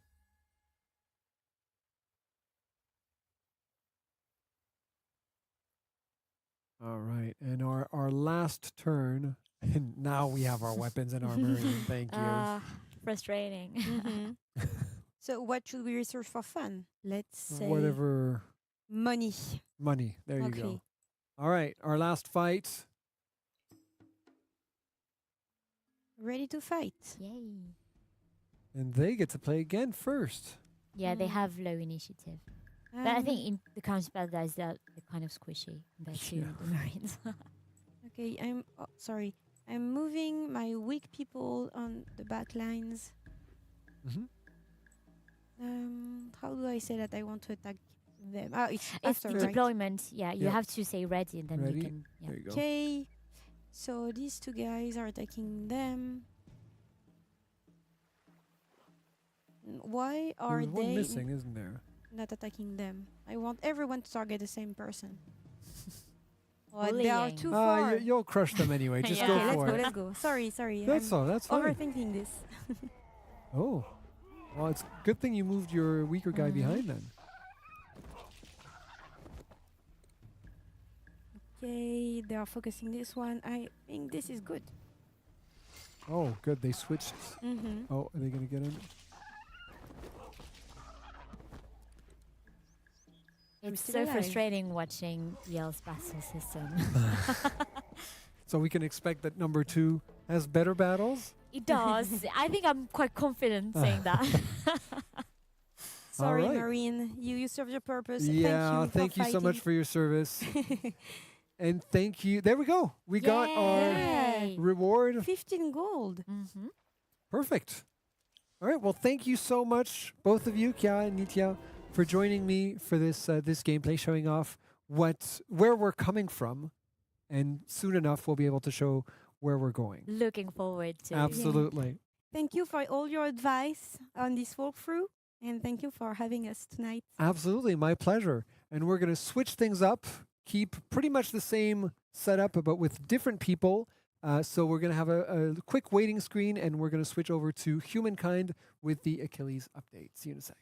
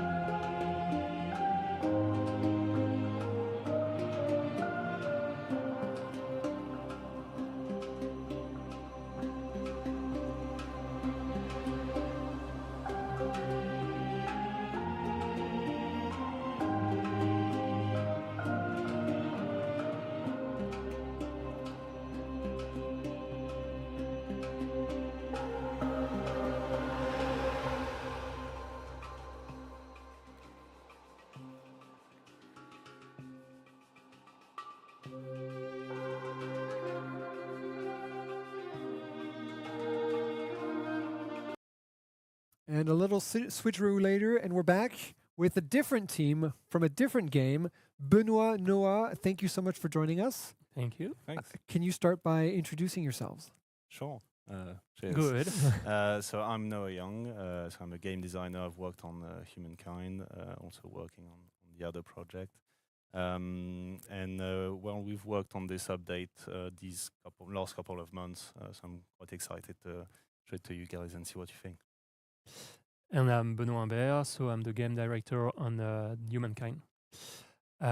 So maybe you've seen me yesterday, but without with a hat this time, no hat, which is something quite new. Anyway, so I'm also the main historian in house because I'm also an historian. So here we are. Awesome, great. So Noah, you're going to be playing. Yes. So exactly. why don't you go sit at the computer and obviously do your magic? Benoit, you're going to stay with me. Yep. And we're going to be showing off the new Achilles update. Can you remind us a little bit what this update is about? Yeah, this update is mainly all about war. So surrounding conditions, going at war, trying to yeah. Sorry, I thought it was for You're me. fine. So trying to reduce the war score of the others. So yeah, we'll How see. war support Yeah, comes our into war support play. is working now. Our surrounding conditions are working now. So yeah. All right, we're going to see this. It's quite a big change because for a long time people have been complaining about this war resolution mainly because it didn't make sense for some of them. So we've tried something new. Yeah. So we're going to dive in with Noah at the commands. And if you have been with us since the beginning, you've maybe claimed a key for some of the Hooded Horse games. For this segment, we're going to be giving out Manor Lords games keys, which is one of a game that I very, very much enjoyed. And it has fighting in it. Yeah. So it makes sense. That's fun. We were just talking about Manor Lord just before entering the studio. So. All right, so Noah, let's see how you're set up and tell us. I think you've prepared a little kind of scenario for us. Yes, I was loading the save, but it seems to be stuck, so maybe. Okay, so we are gonna play as the Ottomans in Era 4, which is modern era, and we are facing a tough choice because we need to expand our frontiers, and maybe we are gonna invade Switzerland. Yeah, It's why not a not? maybe. We will invade Switzerland. Okay, because we had this discussion before. There is there's Switzerland and also the chosen as neighbors, and we were hesitating quite a bit. But Switzerland, yeah, I think it's good. Okay, Yeah, we've got the We're save. good. Sorry, So the awesome. computer seemed to be I struggling. see a bit. that you're Benoit the diplomat. You say we may invade Switzerland. No, Noah has a different idea. He's ready. Exactly. But in fact, we might, if we have enough time, we might push the borders way further than just Switzerland. Yeah, Okay. why stop there? Absolutely. Well, let's get to it, guys. All right. So maybe we can go over a bit who we were before. Sure. Nubians, Mauryans, Ghanaians, and we've finally switched to the Ottomans. So we weren't really that war-oriented, but this time it'll be different. We want to expand a bit. We feel a bit closed in to the east of this continent. Yeah, we've been tremendous merchants before, but now it's time for something else. Absolutely. Exactly. So we've got the main enemies on our west, the Swiss. Currently at peace, but we do have a crisis ongoing with them. So we'll definitely do something about that. And to the south, we've got the Josian Korea. Also at peace, also crisis ongoing. So I think we'll placate them, let them settle down a bit, and refuse their demands. Hopefully, yeah, they'll leave us alone for now, but we'll obviously come back to them at some point. But this gives us free reign to fight the Swiss. Oh yeah, we do need to do a few things first. Make sure we've got our Coliseum. So why the Coliseum? I was going to say why is the Because Colosseum it gonna give you- triggers when I don't know why I can't.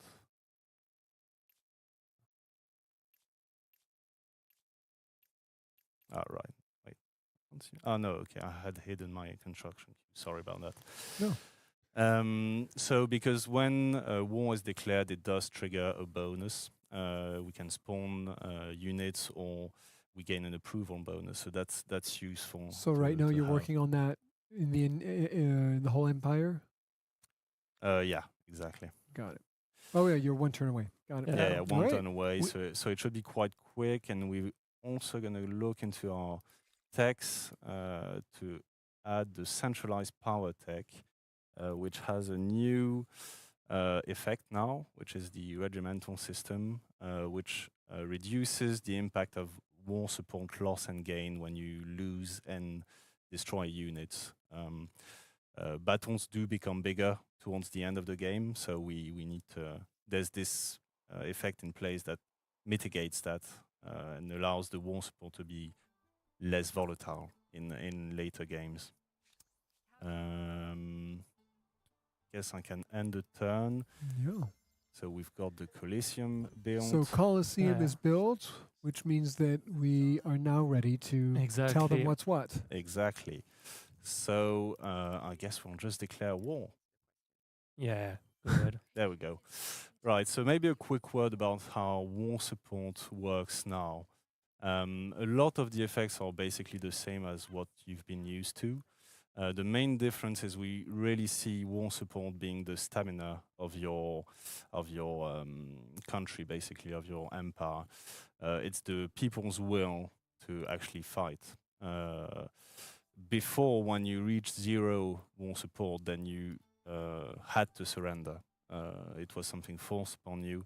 It's not the case anymore.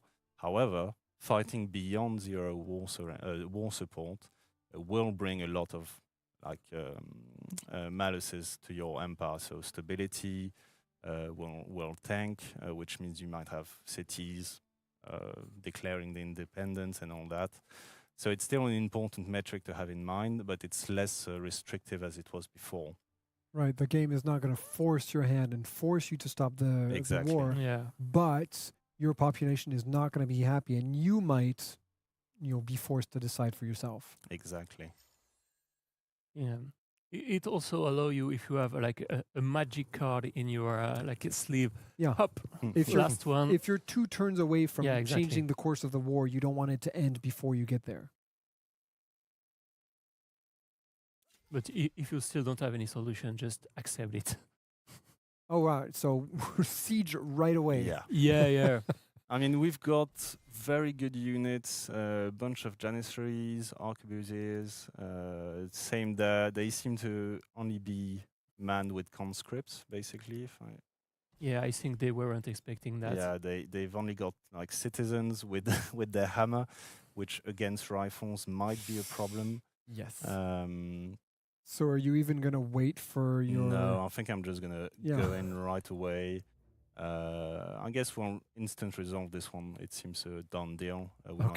We might do another one if they've got more interesting units in front. But victory? No way. Yeah. So we didn't. Did we lose anyone? I don't think we did. I think. Did we lose any health? I don't think we did. I don't think we did. I know. Maybe no, we didn't. It wasn't fair. Everyone's in fact, fine. We've been in really good terms with them before, so they might be surprised. Yeah, so we can't really move. By the way, here you can see it's been demilitarized, so we'll have to use this army to kind of secure our southern border so that our Korean neighbor doesn't get any ideas while we occupied north. I think that's it. So we've got their first city occupied, so we can see they're losing some more support. We're also losing some every turn, but that's fine because we're regaining some, and we only need to bring them to 0, basically. And the they next have 2 cities, so 1 more and you're done the anyway. next step is their capital. So we should be able to bring the Swiss into our fold quite quickly. So I'll refuse that. We've got a professional army and we intend to keep it that way. Norms deal with the Mississippians. No, come on. Nah, They might be the next one. Yeah, we'll stick with our rifles. We know them best. And yeah, giving them the opportunity to have janissaries, I think it's not the best option for us if we want to conquer their No, definitely. empire. That's a I good find point. that I don't often go full military in Humankind, but when I start going, when I pivot like you've just done, Yeah. I then do nothing but that. Yeah, same. Because you build this big army and then you need something for it to do. Yeah, you need so to you use it. Say, you have one war and then a second war, and then all of a sudden you said, well, I tried to go science, but now I'm attacking everyone. Yeah, it's Exactly. the same thing for me. Every time I'm just like sticking to science or culture, and at some point I just need more territories, or I'm just bored, so I'm going full military. Right, so I've just mobilized a couple of gladiator units from the Colosseum we've built, sending them south to prepare the future offensive. I've also queued an elephant because Benoit asked me earlier to build an elephant. Yeah, because so I like this. I like all the elephants units. it's a cool unit. Maybe rifles would be better, but sometimes tradition is important too. If it was just me, I would add more elephants everywhere.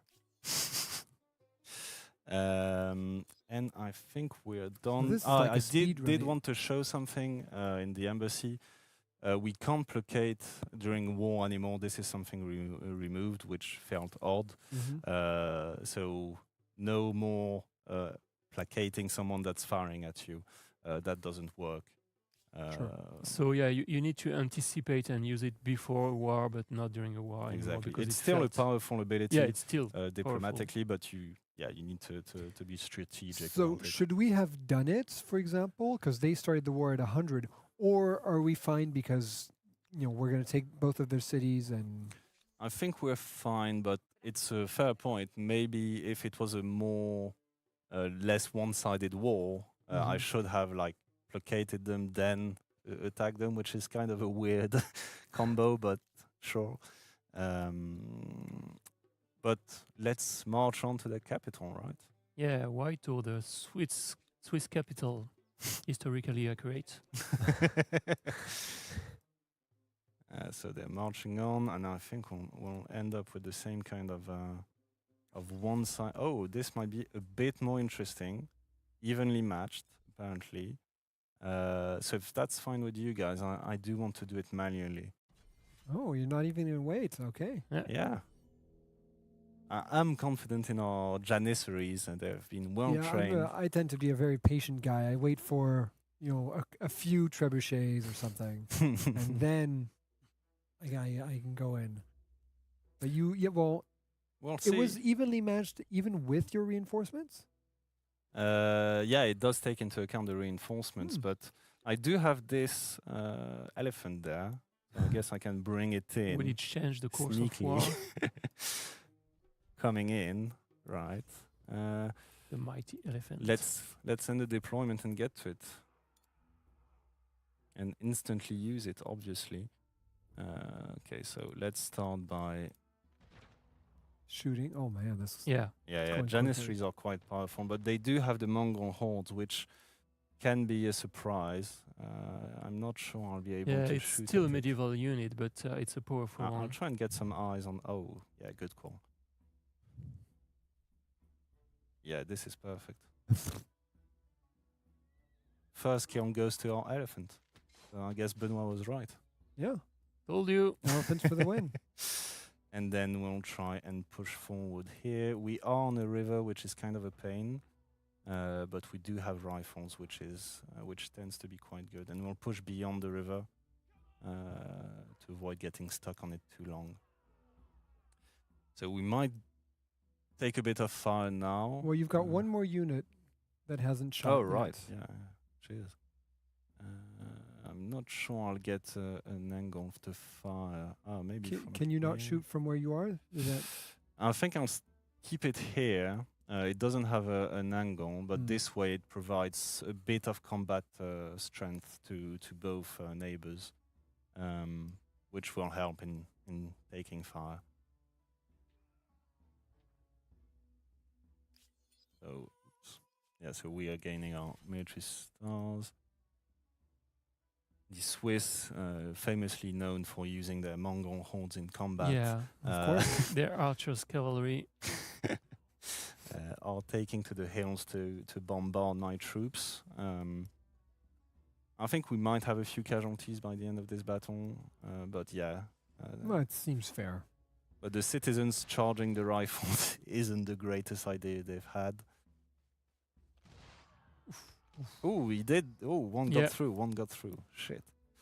But we now can go into our their fortifications. No, our fortification. You can Our say it. fortifications. Yeah, that's right. I don't know why. It's our fortifications. We're simply taking them back.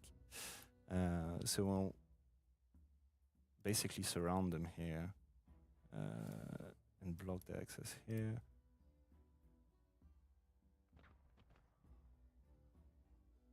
Yeah, I won't move here. All right. Well, that. Yeah, is, that- jeez. I mean, rifle fire. That's Yeah. Wow. and I think And They've got what, 2 units left? I think one. Just the one? just Oh, the one. All right. That's last Mongol horde. We might not even have any casualties.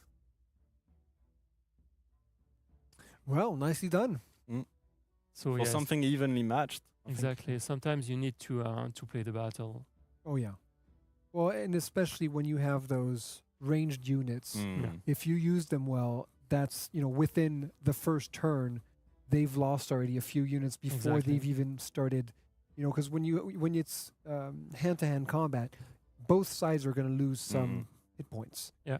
But when it's from afar, you just get an instant advantage. Definitely. And as trenches haven't been invented yet in this game, they don't have that defensive bonus that you would otherwise get as a ranged unit. Right.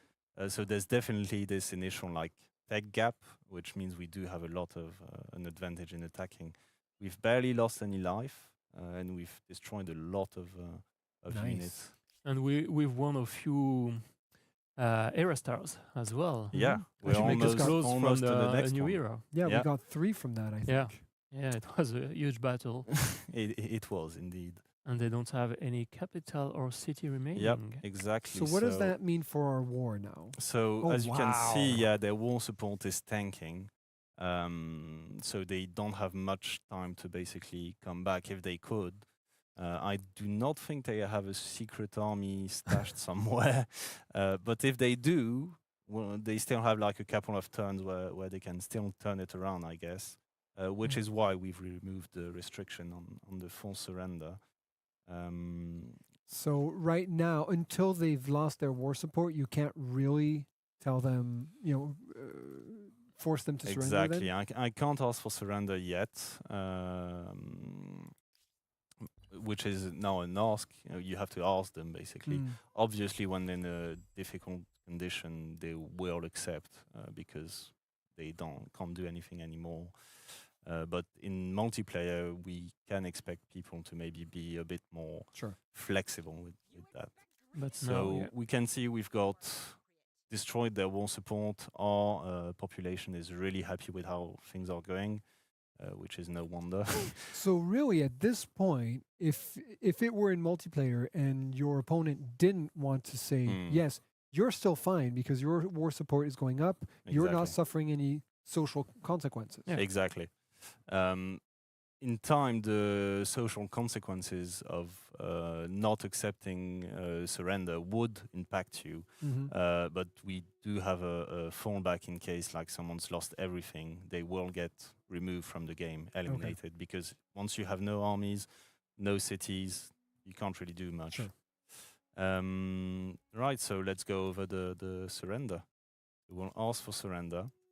An important thing we've changed as well is the way we use the war score. So previously, we based it on the beginning war support and the final war support, and it gave you a war score. It was an interesting idea, but I think we didn't really like to show how long things that happened before. The idea now is that every territory is worth a certain amount of war score, so you need to capture them, and you can't ask for territory you didn't capture, basically. Vassalizing people has changed in the war score count. Now it's worth half their territories, basically.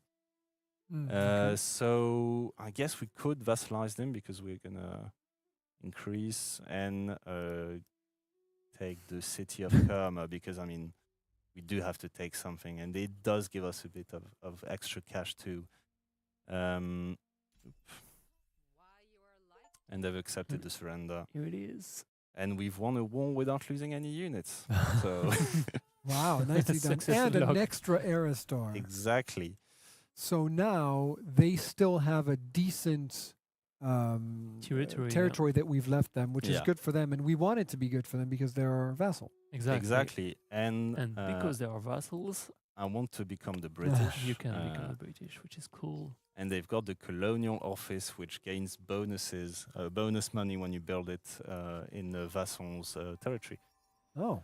So you gain a lot more money by having vassals than just having all the territories, basically. So it's an interesting thing to do. So now we have a colonial empire, which is And the armies that don't know Swiss what to do. territory.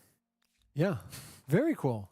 So it does definitely make sense that we yeah, would now be the definitely. British. Yeah. Yeah. Well, that was quick. You just switched over to the Ottomans, waged one know, yeah. war, and that was your entire era. Yeah, but within- we are playing with a fast setting as well. Yeah. So and this that's is why. it's a speed run. It's Yeah. you know, developers who know the game and who game it. And we know the save, I mean, so. Sure. Yeah, you set it up for this specifically. But thank you so much. I think we'll keep it at that. We've got a lot more very cool segments planned for today.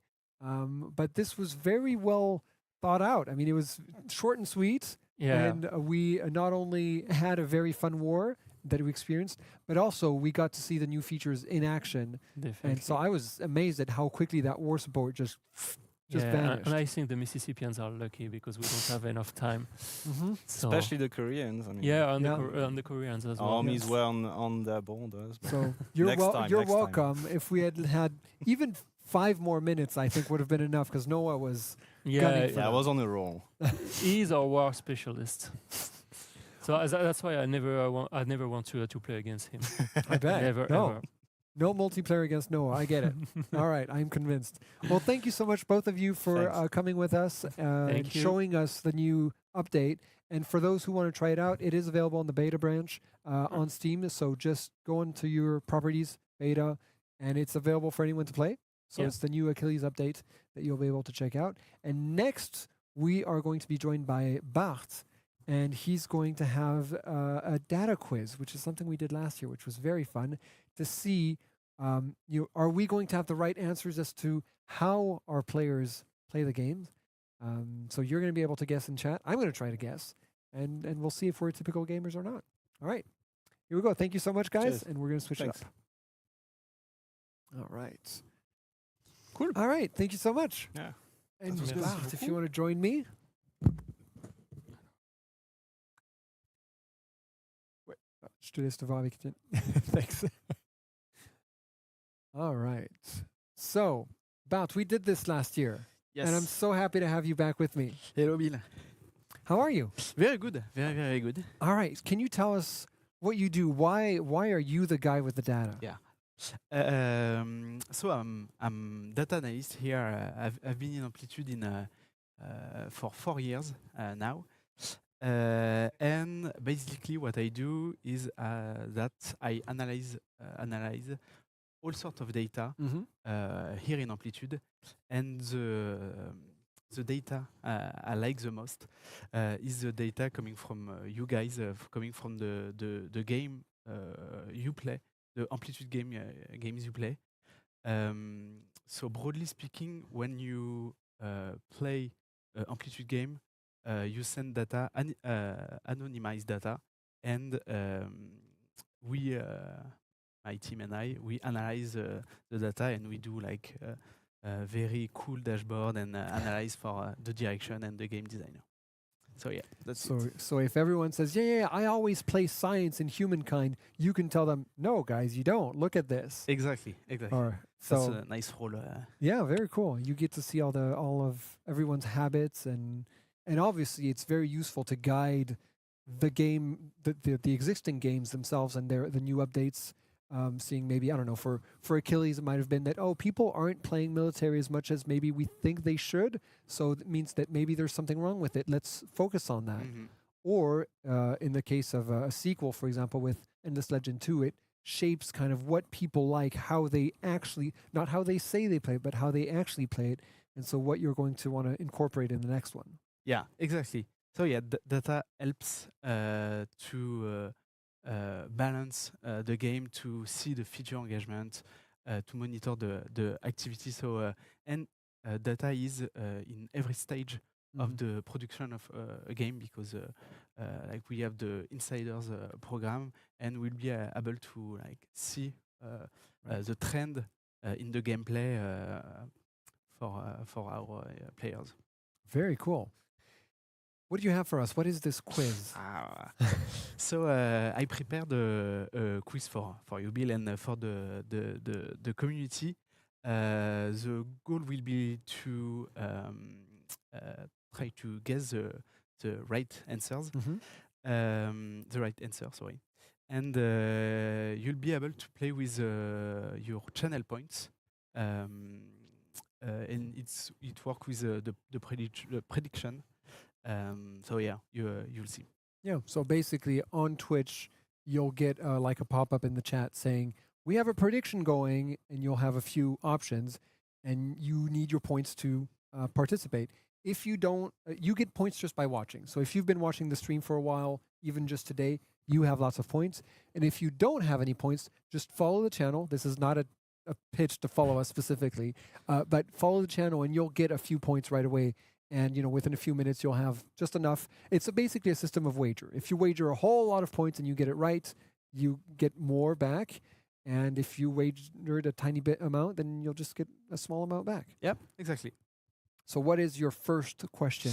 The first question is about Endless Space 2. And yeah, you have it on screen. What was the most played faction in Endless Space 2 in 2024?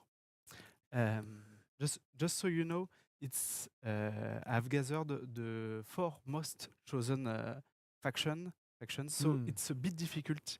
Okay, so it's okay. So you have about 2 minutes once the prediction comes up to wager, and I'm going to participate as well. I got the questions already, but not the answers. I'd be tempted to go United Empire because it feels like the vanilla choice. You know what I mean? Kind of like in a lot of games, people just play as human. That's true. So I have no idea. So I'm just going to go with United Empire. Yeah, and also it's in the tutorial, the faction played in the tutorial that can help. Because switching factions, if it's played very differently, it might throw you off, and you might want to go back to what you learned the game with. Exactly. And all these 4 factions, they are pretty easy to play. It's not like the Unfallen, really hard to understand. To talk a bit more about the Volters, it was a bit unexpected to see the Volters in the top 4 because it's a DLC faction. Oh yeah. And but we know that it's a fan favorite faction, and they have been in Endless Space 1, in Endless Legend, and in Endless Space 2. So yeah, it's really cool to see them here. We do on the numbers. Yeah. I'm seeing some A's and C's in the chat. So United Empire and Horatio.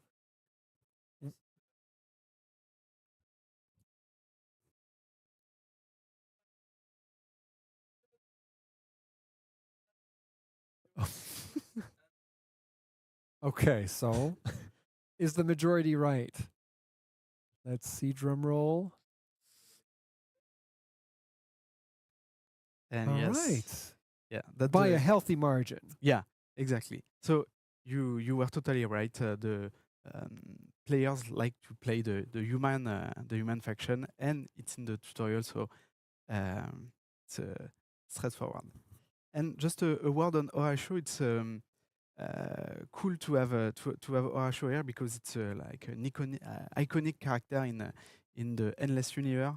universe, and it's a pretty straightforward gameplay. So when you play a show, you know what you're gonna do in your game. That's cool. Oh, very cool. All right, what is the next question? All right, let's see if I can get them all wrong right you now. have I didn't expect anything, but hey. 100% good answer right now. So question number 2 is again for Endless Space 2, I believe. Yeah, exactly. So what was the most achieved victory tap in Endless Space 2 in 2024?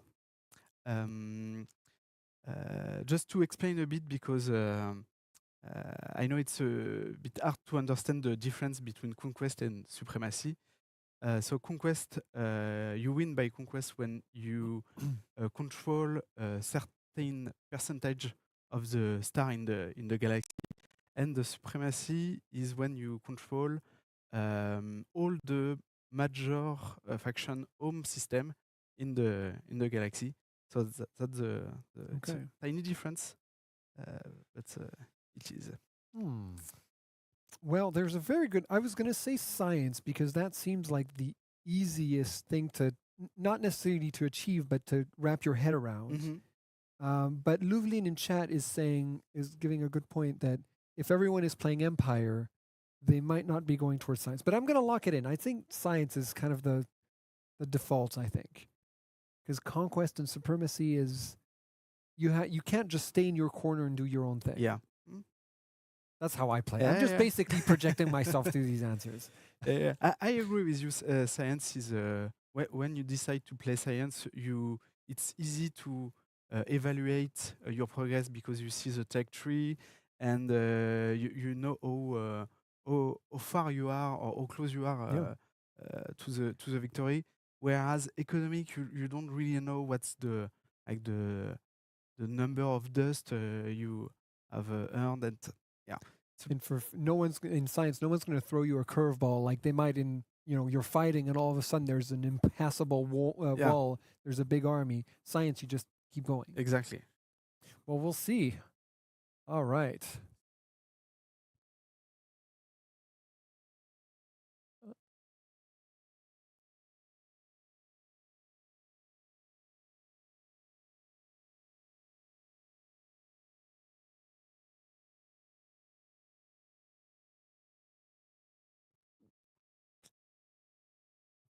So those are the predictions. So most people thought Conquest. And what is the answer? Drum roll again. Oh, that was so close. Yeah, it's very, very close. Wow. Yeah. As a data analyst, it's a bit hard to work with this tiny difference. So I can't give you a real insights on what's the behavior. And from what I feel as a player is that what we said earlier. Science is very, very straightforward, and contrary to economic, and you don't really know what you're doing, and it's a bit hard to evaluate how good you are in the game. I'd be curious to know, because maybe Conquest and Supremacy might also take longer. So I'd also be curious to know, this is data from games that were actually completed. Yeah. How many people tried a certain type of victory and just either stopped playing or lost trying another one? That'd be interesting. Yeah, and I have the number. That's a very, very good point, actually, because by analyzing the data, we've discovered that around 10% of the games are really finished. I mean, you have when you have the end victory game screen or victory or loss screen, but the actual end screen. Exactly, and because what we understand for the strategic games is that you don't necessarily finish your game. You know you're winning the game, but you don't necessarily going for the end game screen. So not all the games are over. Yeah, just a few percent. Someone in chat is saying, I agree that it seems like a good thing that the victories, the percentages are so close. It means that they're all viable and options that people want to try. That's true. It means that it's a pretty balanced game. Yeah. All right, and now question number 3, and I believe we're switching games now. Yeah, it's on Humankind, on Hirawan culture. So yeah, what was the most chosen Hirawan culture in Humankind in 2024? Yeah, to give a bit of context, Zhou is the Chinese culture. They're really good at influence. Egyptian is the industry culture. Arapans are the food culture, and Babylonians the science culture. So it's very different choice, and that having those four different culture and different play style means that the game is in the top 4. That means that the game is well balanced. Oh, I don't know for this one. This one is. I don't think it would be A. Again, I'm just projecting myself. I wouldn't pick A, I don't think. But any of the other 3 would be. Because I tend to like. I mean, science is always my default. But having, food early to grow your population, then switching to production works well. I think for the majority of players, I'd still go B. Just for the kind of early production. Oh. Yeah, I mean. Hello. Okay, this time I'm not mute. So the prediction from the chat is 0 for the zoo. 0. Okay. 58% for Egyptians. 30. What? That changed. Okay. 53 for the Egyptians. 36 for the Arapans, and 9% for the Babylonian. Only 9, huh? Well, I'm with the majority again. Have we all won? Oh, that one's close. The others I had a clear opinion on. This one I'm not too sure.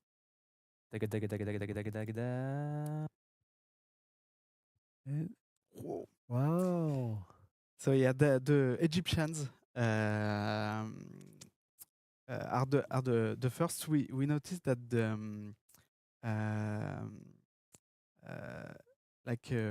using the industry is very good at snowballing like your economy, your city building, and it's like a very strong choice to do that. And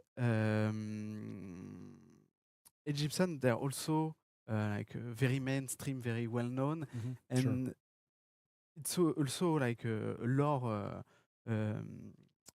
choice, not just about gameplay. Yeah, so you want to choose something that's familiar to you. Yeah, exactly. And for the zoo, we noticed that we have a large community of Chinese players. And again, it's familiar to them. Exactly. And maybe it's not the gameplay choice, but it's the earth choice. And that's how we have a strong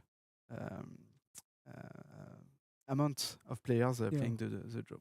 Oh, interesting. Yeah. All right. You're really good 3 so for far. 3. Yeah. All right. And the last one is really, really hard. So I'll just roll a die. Yeah. All right. What is question number 4?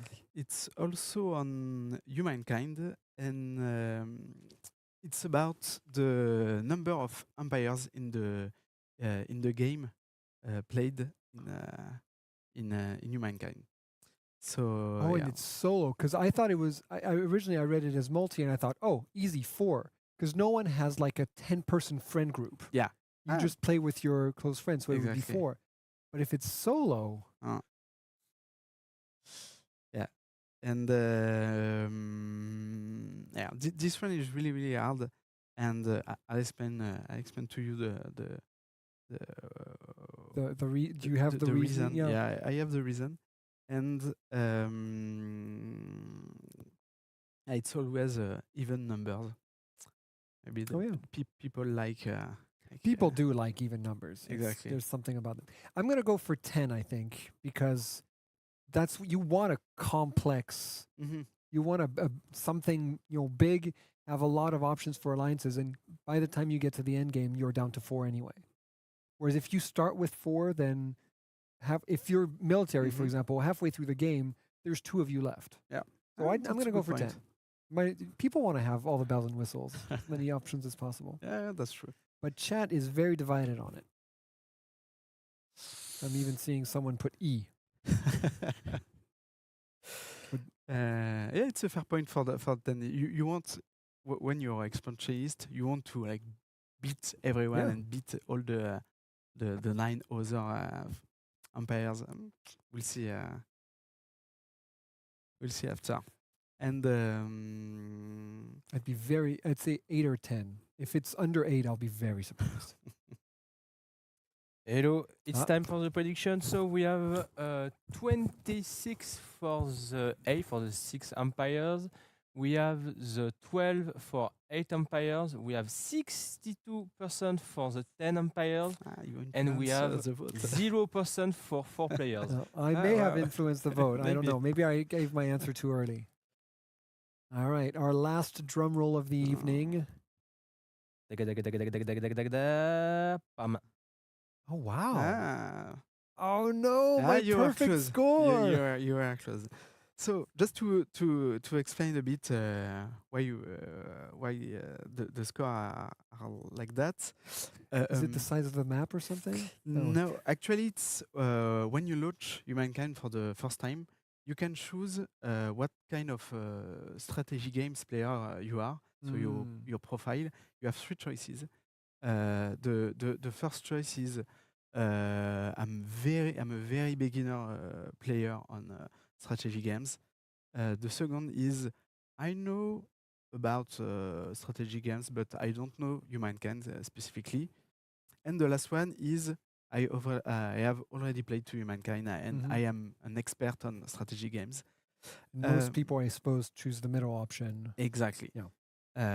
Which is normal because Humankind players, they know strategy games and they didn't play Humankind before. That's logical. Of course.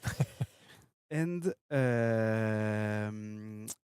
when you choose the middle choice, you have predefined settings when you play. So it's 6 players. It's 6 players on a normal map, average size, and everything predefined.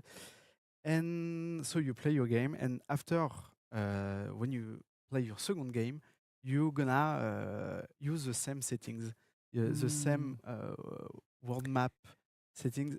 Not every time, but it stays like in the long term. Well, kind of what we were saying earlier about the United Empire as well. You stay with something that's familiar that you already know the gameplay for. Yeah, exactly. That's it. Well, I said I would be very surprised under 8. I am surprised. Yeah. And for the 10 players, because it's in second place, it's what you said. And people playing Humankind in 2024, there are a lot of advanced players. They played since the release, and this kind of hardcore gamers, they like to play with 9 opponents and to beat them all. So that's why we have a strong.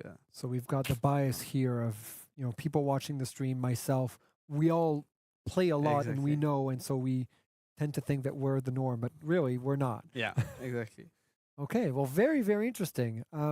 I hope we do this again next year. Yes. So it's very cool to get this insight and to see kind of a peek behind the scenes.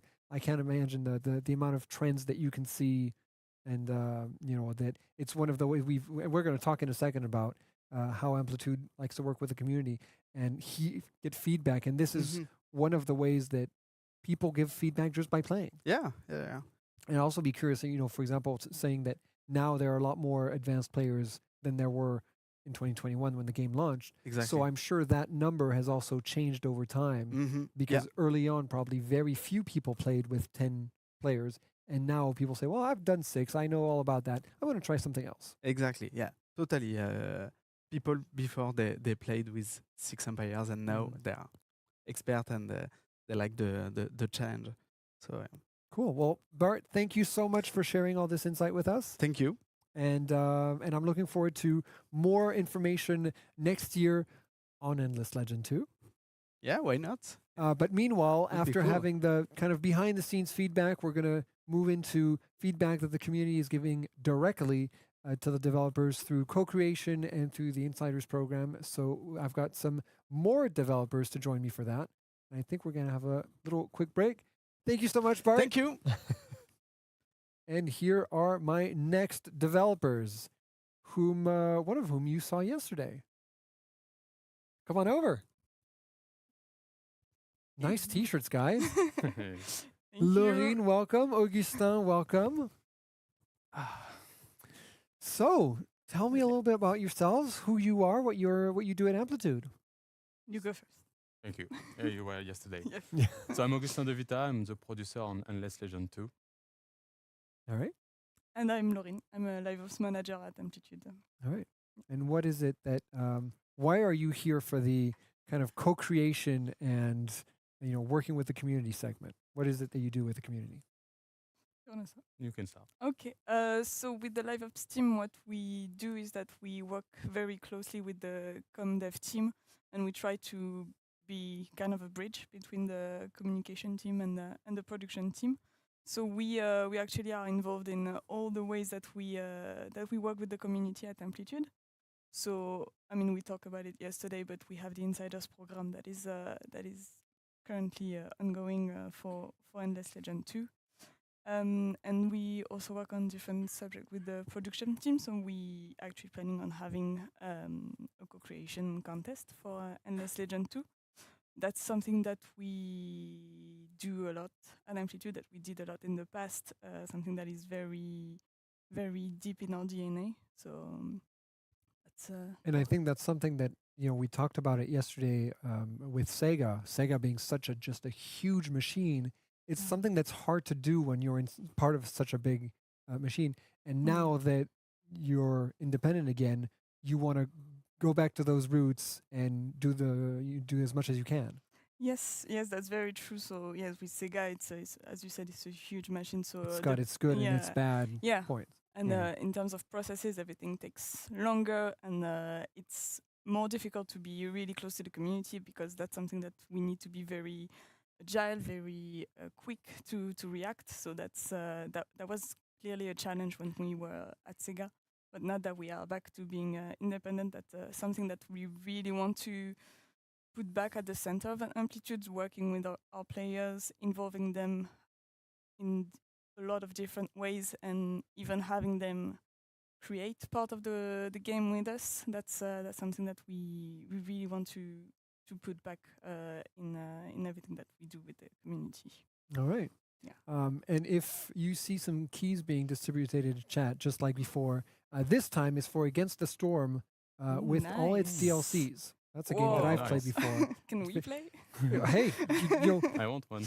Take your phone out. And yeah, so, again, Hooded Horse being the publisher for Endless Legend 2, we've got this partnership going on, and we thought that, hey, we've chosen Hooded Horse for their games, among other things. So, check them out. They've got really good stuff. So we've got a lot more giveaways, for other events. But for today, this is going to be your last chance for our last segment to get some, Against the Storm keys. So, co-creation has always been at the heart of Amplitude, and early access even has been a thing since before early access existed. How did co-creation start exactly? I think it was something that was always in the mind of Romain, our founder, and Mathieu, our co-founder. They really wanted to do 4X's game, and they were like, who's better to help us do 4X's game than 4X players? So involving the players is something that really was at the very foundation of Amplitude. And it's taken a lot of different forms, it's been early access, as you said. It's allowing players to test the game really early on, but it's something that they always wanted to push even further. And they were like, how can we involve the community even more in our game? So we had votes on some aspect of the game, being like, oh, we have 2 designs for these ships. Which one do you like best? And I think even, there was one hero in this dungeon that was, every trait almost was chosen by the community. Yeah. And originally, I think the very first co-creation was Endless Legend with the cultists. Yeah. which is still today a fan favorite because we talk about ownership. It's the communities. It's their class, their faction that they were able to form the way they wanted it, and so that's something you still want them to be able to do. Yes. Yeah, we want them to be really included in the creation of a major faction, and we want them just like the cultists and really be involved in the process. On production side, we're going to try to have as much as possible from this major faction guided by the players and building it with the community and trying to have like all the aspects of the major faction with the community as much as possible, at least. And so, in terms of content, are you imagining things like features and gameplay as well, or in terms of factions, for example, or how impactful are they going to be able to be on the game itself and how it works? Yeah, we really want them to design the major faction with us and propose ideas, and after we have votes and all of that. So gameplay, designs, even lore, we want really to dive in the major faction with them. Okay, very cool. Yeah, to give them a sense of ownership. Yeah, totally. That people have a part of this game themselves. Totally, Yeah. Yeah, and we can't wait to see the IDs because they're always very crazy. Yeah. So.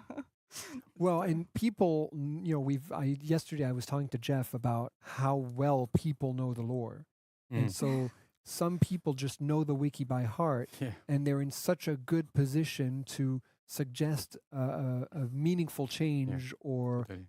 you know what? We never really got an answer for why this faction in this game did something. Let's figure out that reason now with this new faction. Yeah. Maybe they forced them out, something like that. And so that's now something that they'll be able to know more when they'll be able to play the game very soon, is they'll know where it's going and what's going on. And because do we know when Endless Legend 2 takes place compared to the first one? Oh, wow. Are we allowed? I think it's after. It's definitely after. Yeah. But I don't know the exact. I think setting I had it on my list of questions for yesterday, and I think we rambled on somewhere else. Yeah, Jeff From- is the. Jeff, we need.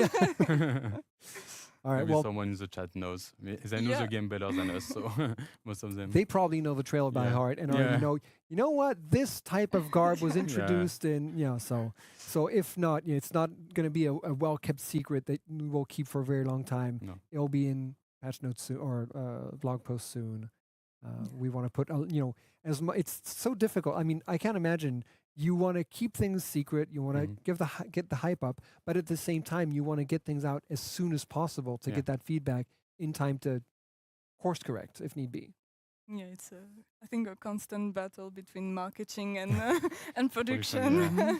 We want players to get the game and give feedback as soon as possible, so we have the insiders soon, and we will get a very valuable feedback with that.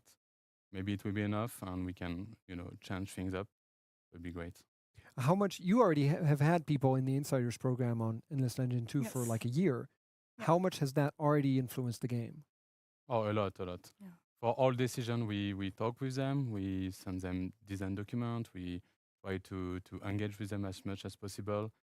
We take the feedback really seriously, and we try to see what we can take from their ideas as well, because they know the game very well. They're very big fans of it. So it was really important to get them really early on the game as soon as possible. And for people who haven't been in for a year, I think you can go to Amplifiers or Games Together and sign up right now, and you're going to have different waves coming up. Yeah. Yeah, exactly. We started the recruitment process yesterday, obviously, and a huge thank you for people who already signed it, because we have more than 2,000 people already. wow. Yeah, so that's huge thank you. And yeah, the inscriptions are open until I think mid-February, because that's when we're gonna decide who's gonna be part of the second wave and then the third one. But I mean, even if you haven't completed the survey by February, I mean, still send it. Yeah, absolutely. There's no time limit. No. And soon enough, everyone will have access to the early access. I suppose Insiders though is a different build that is often totally. They have more advanced. more stuff in it, more advanced. we want to show them things we're working on, developing, and have feedback really early. Yes, if you, not that it's quite alpha, but if you imagined early access being beta, then Insiders is kind of the alpha. Yeah, kind And of, when yeah. that's ready, you push it into early Yeah. access. Yeah, we're going to do that. Yeah. Very cool. Even if you, I mean, everyone should sign up for this to be Yes. Insiders. But even if you don't get in, the wish lists are open on the Steam page. So definitely hop onto there and wish list the game to keep updated. We're gonna have blog posts soon on the game, published on Steam as well. So we'll want to keep everyone in the loop because it's so important to get those messages out there and not keep everything behind closed door. We'll fight marketing together. Yeah. Yes, and you can go to the Amplifiers platform. It's where we share the most news and content and as much info as we can as soon as possible, basically. So we want to keep be updated on what's going on the game. That's the way we go. Yeah, it's a good hub where currently you can find there's all the goals for the community, game time that unlocks things. There's what else did I see on there? There's the forums obviously where you've got a lot of back and forths. That's where the co-creation happens, where Yes. people can Yes. vote on And, features that they want. So that's definitely a place that you want to be to just stay in the loop for all things Amplitude. And even if it's not directly on there, Discord is scoured by, as we saw earlier, Kat and Sergio among others. Yeah, every day. Reddit. So just keep it in the loop, and we'll make sure to get all that information everywhere. But yeah, definitely Insiders, co-creation. Those are really, as you said, in the core of the Amplitude DNA. Yeah, and it's really something that we want to get back to and really put back, as I said, as a center of how we do games at Amplitude. Absolutely.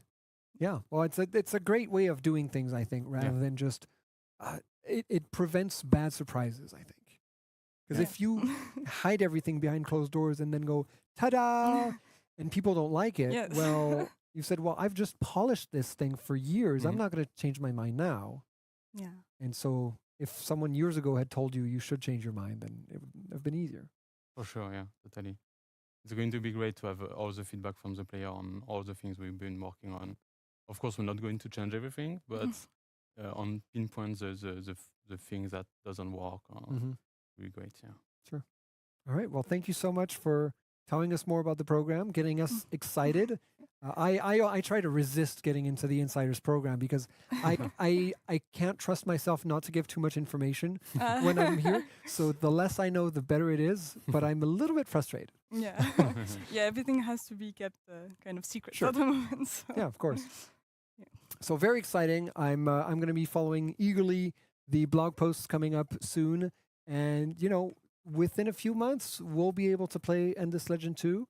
And so that's going to be a very exciting time Can't when wait. everyone can get their hands on it. Yeah. And when it's got to be fascinating for you as well.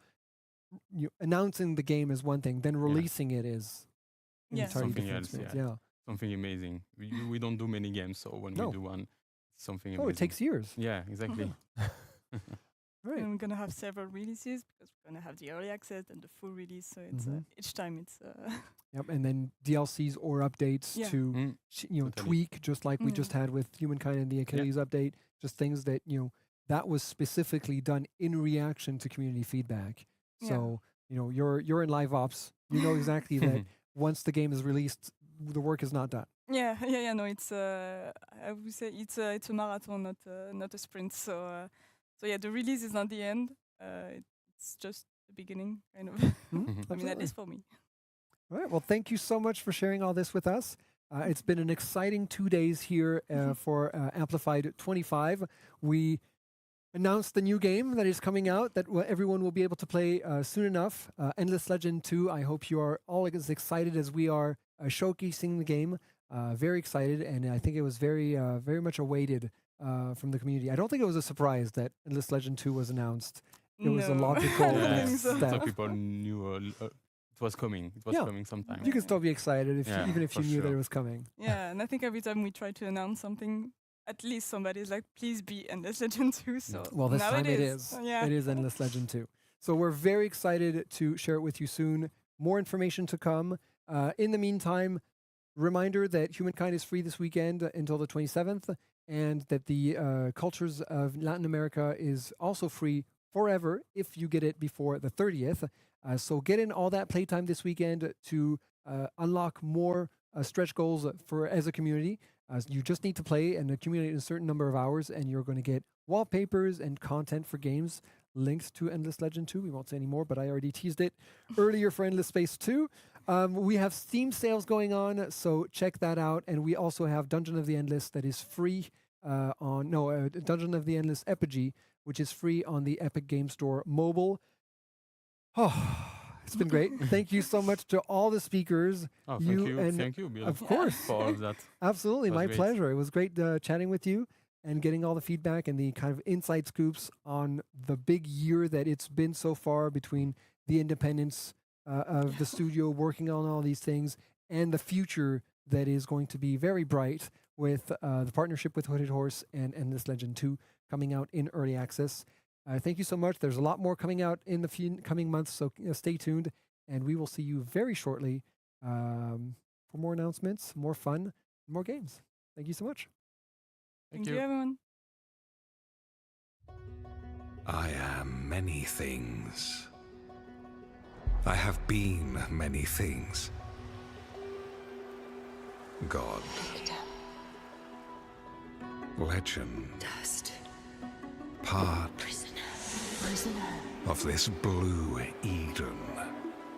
But the jailers have fled, leaving the oceans and their secrets to those who walk the land. Destroyers. Then came the light supposed to end this torment.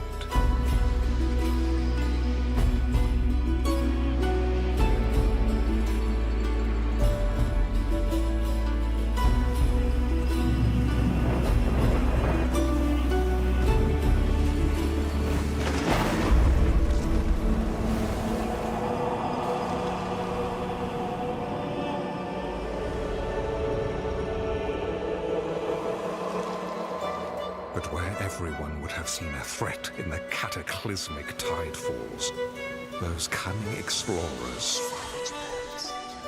saw an opportunity to expand their empire. Light. Corruption. Led by their desire to quench their thirst for power, they'll eventually get to me. To free me. To murder me. They are strong, yes. But are they strong enough to face my Wrath. Madness. endless power?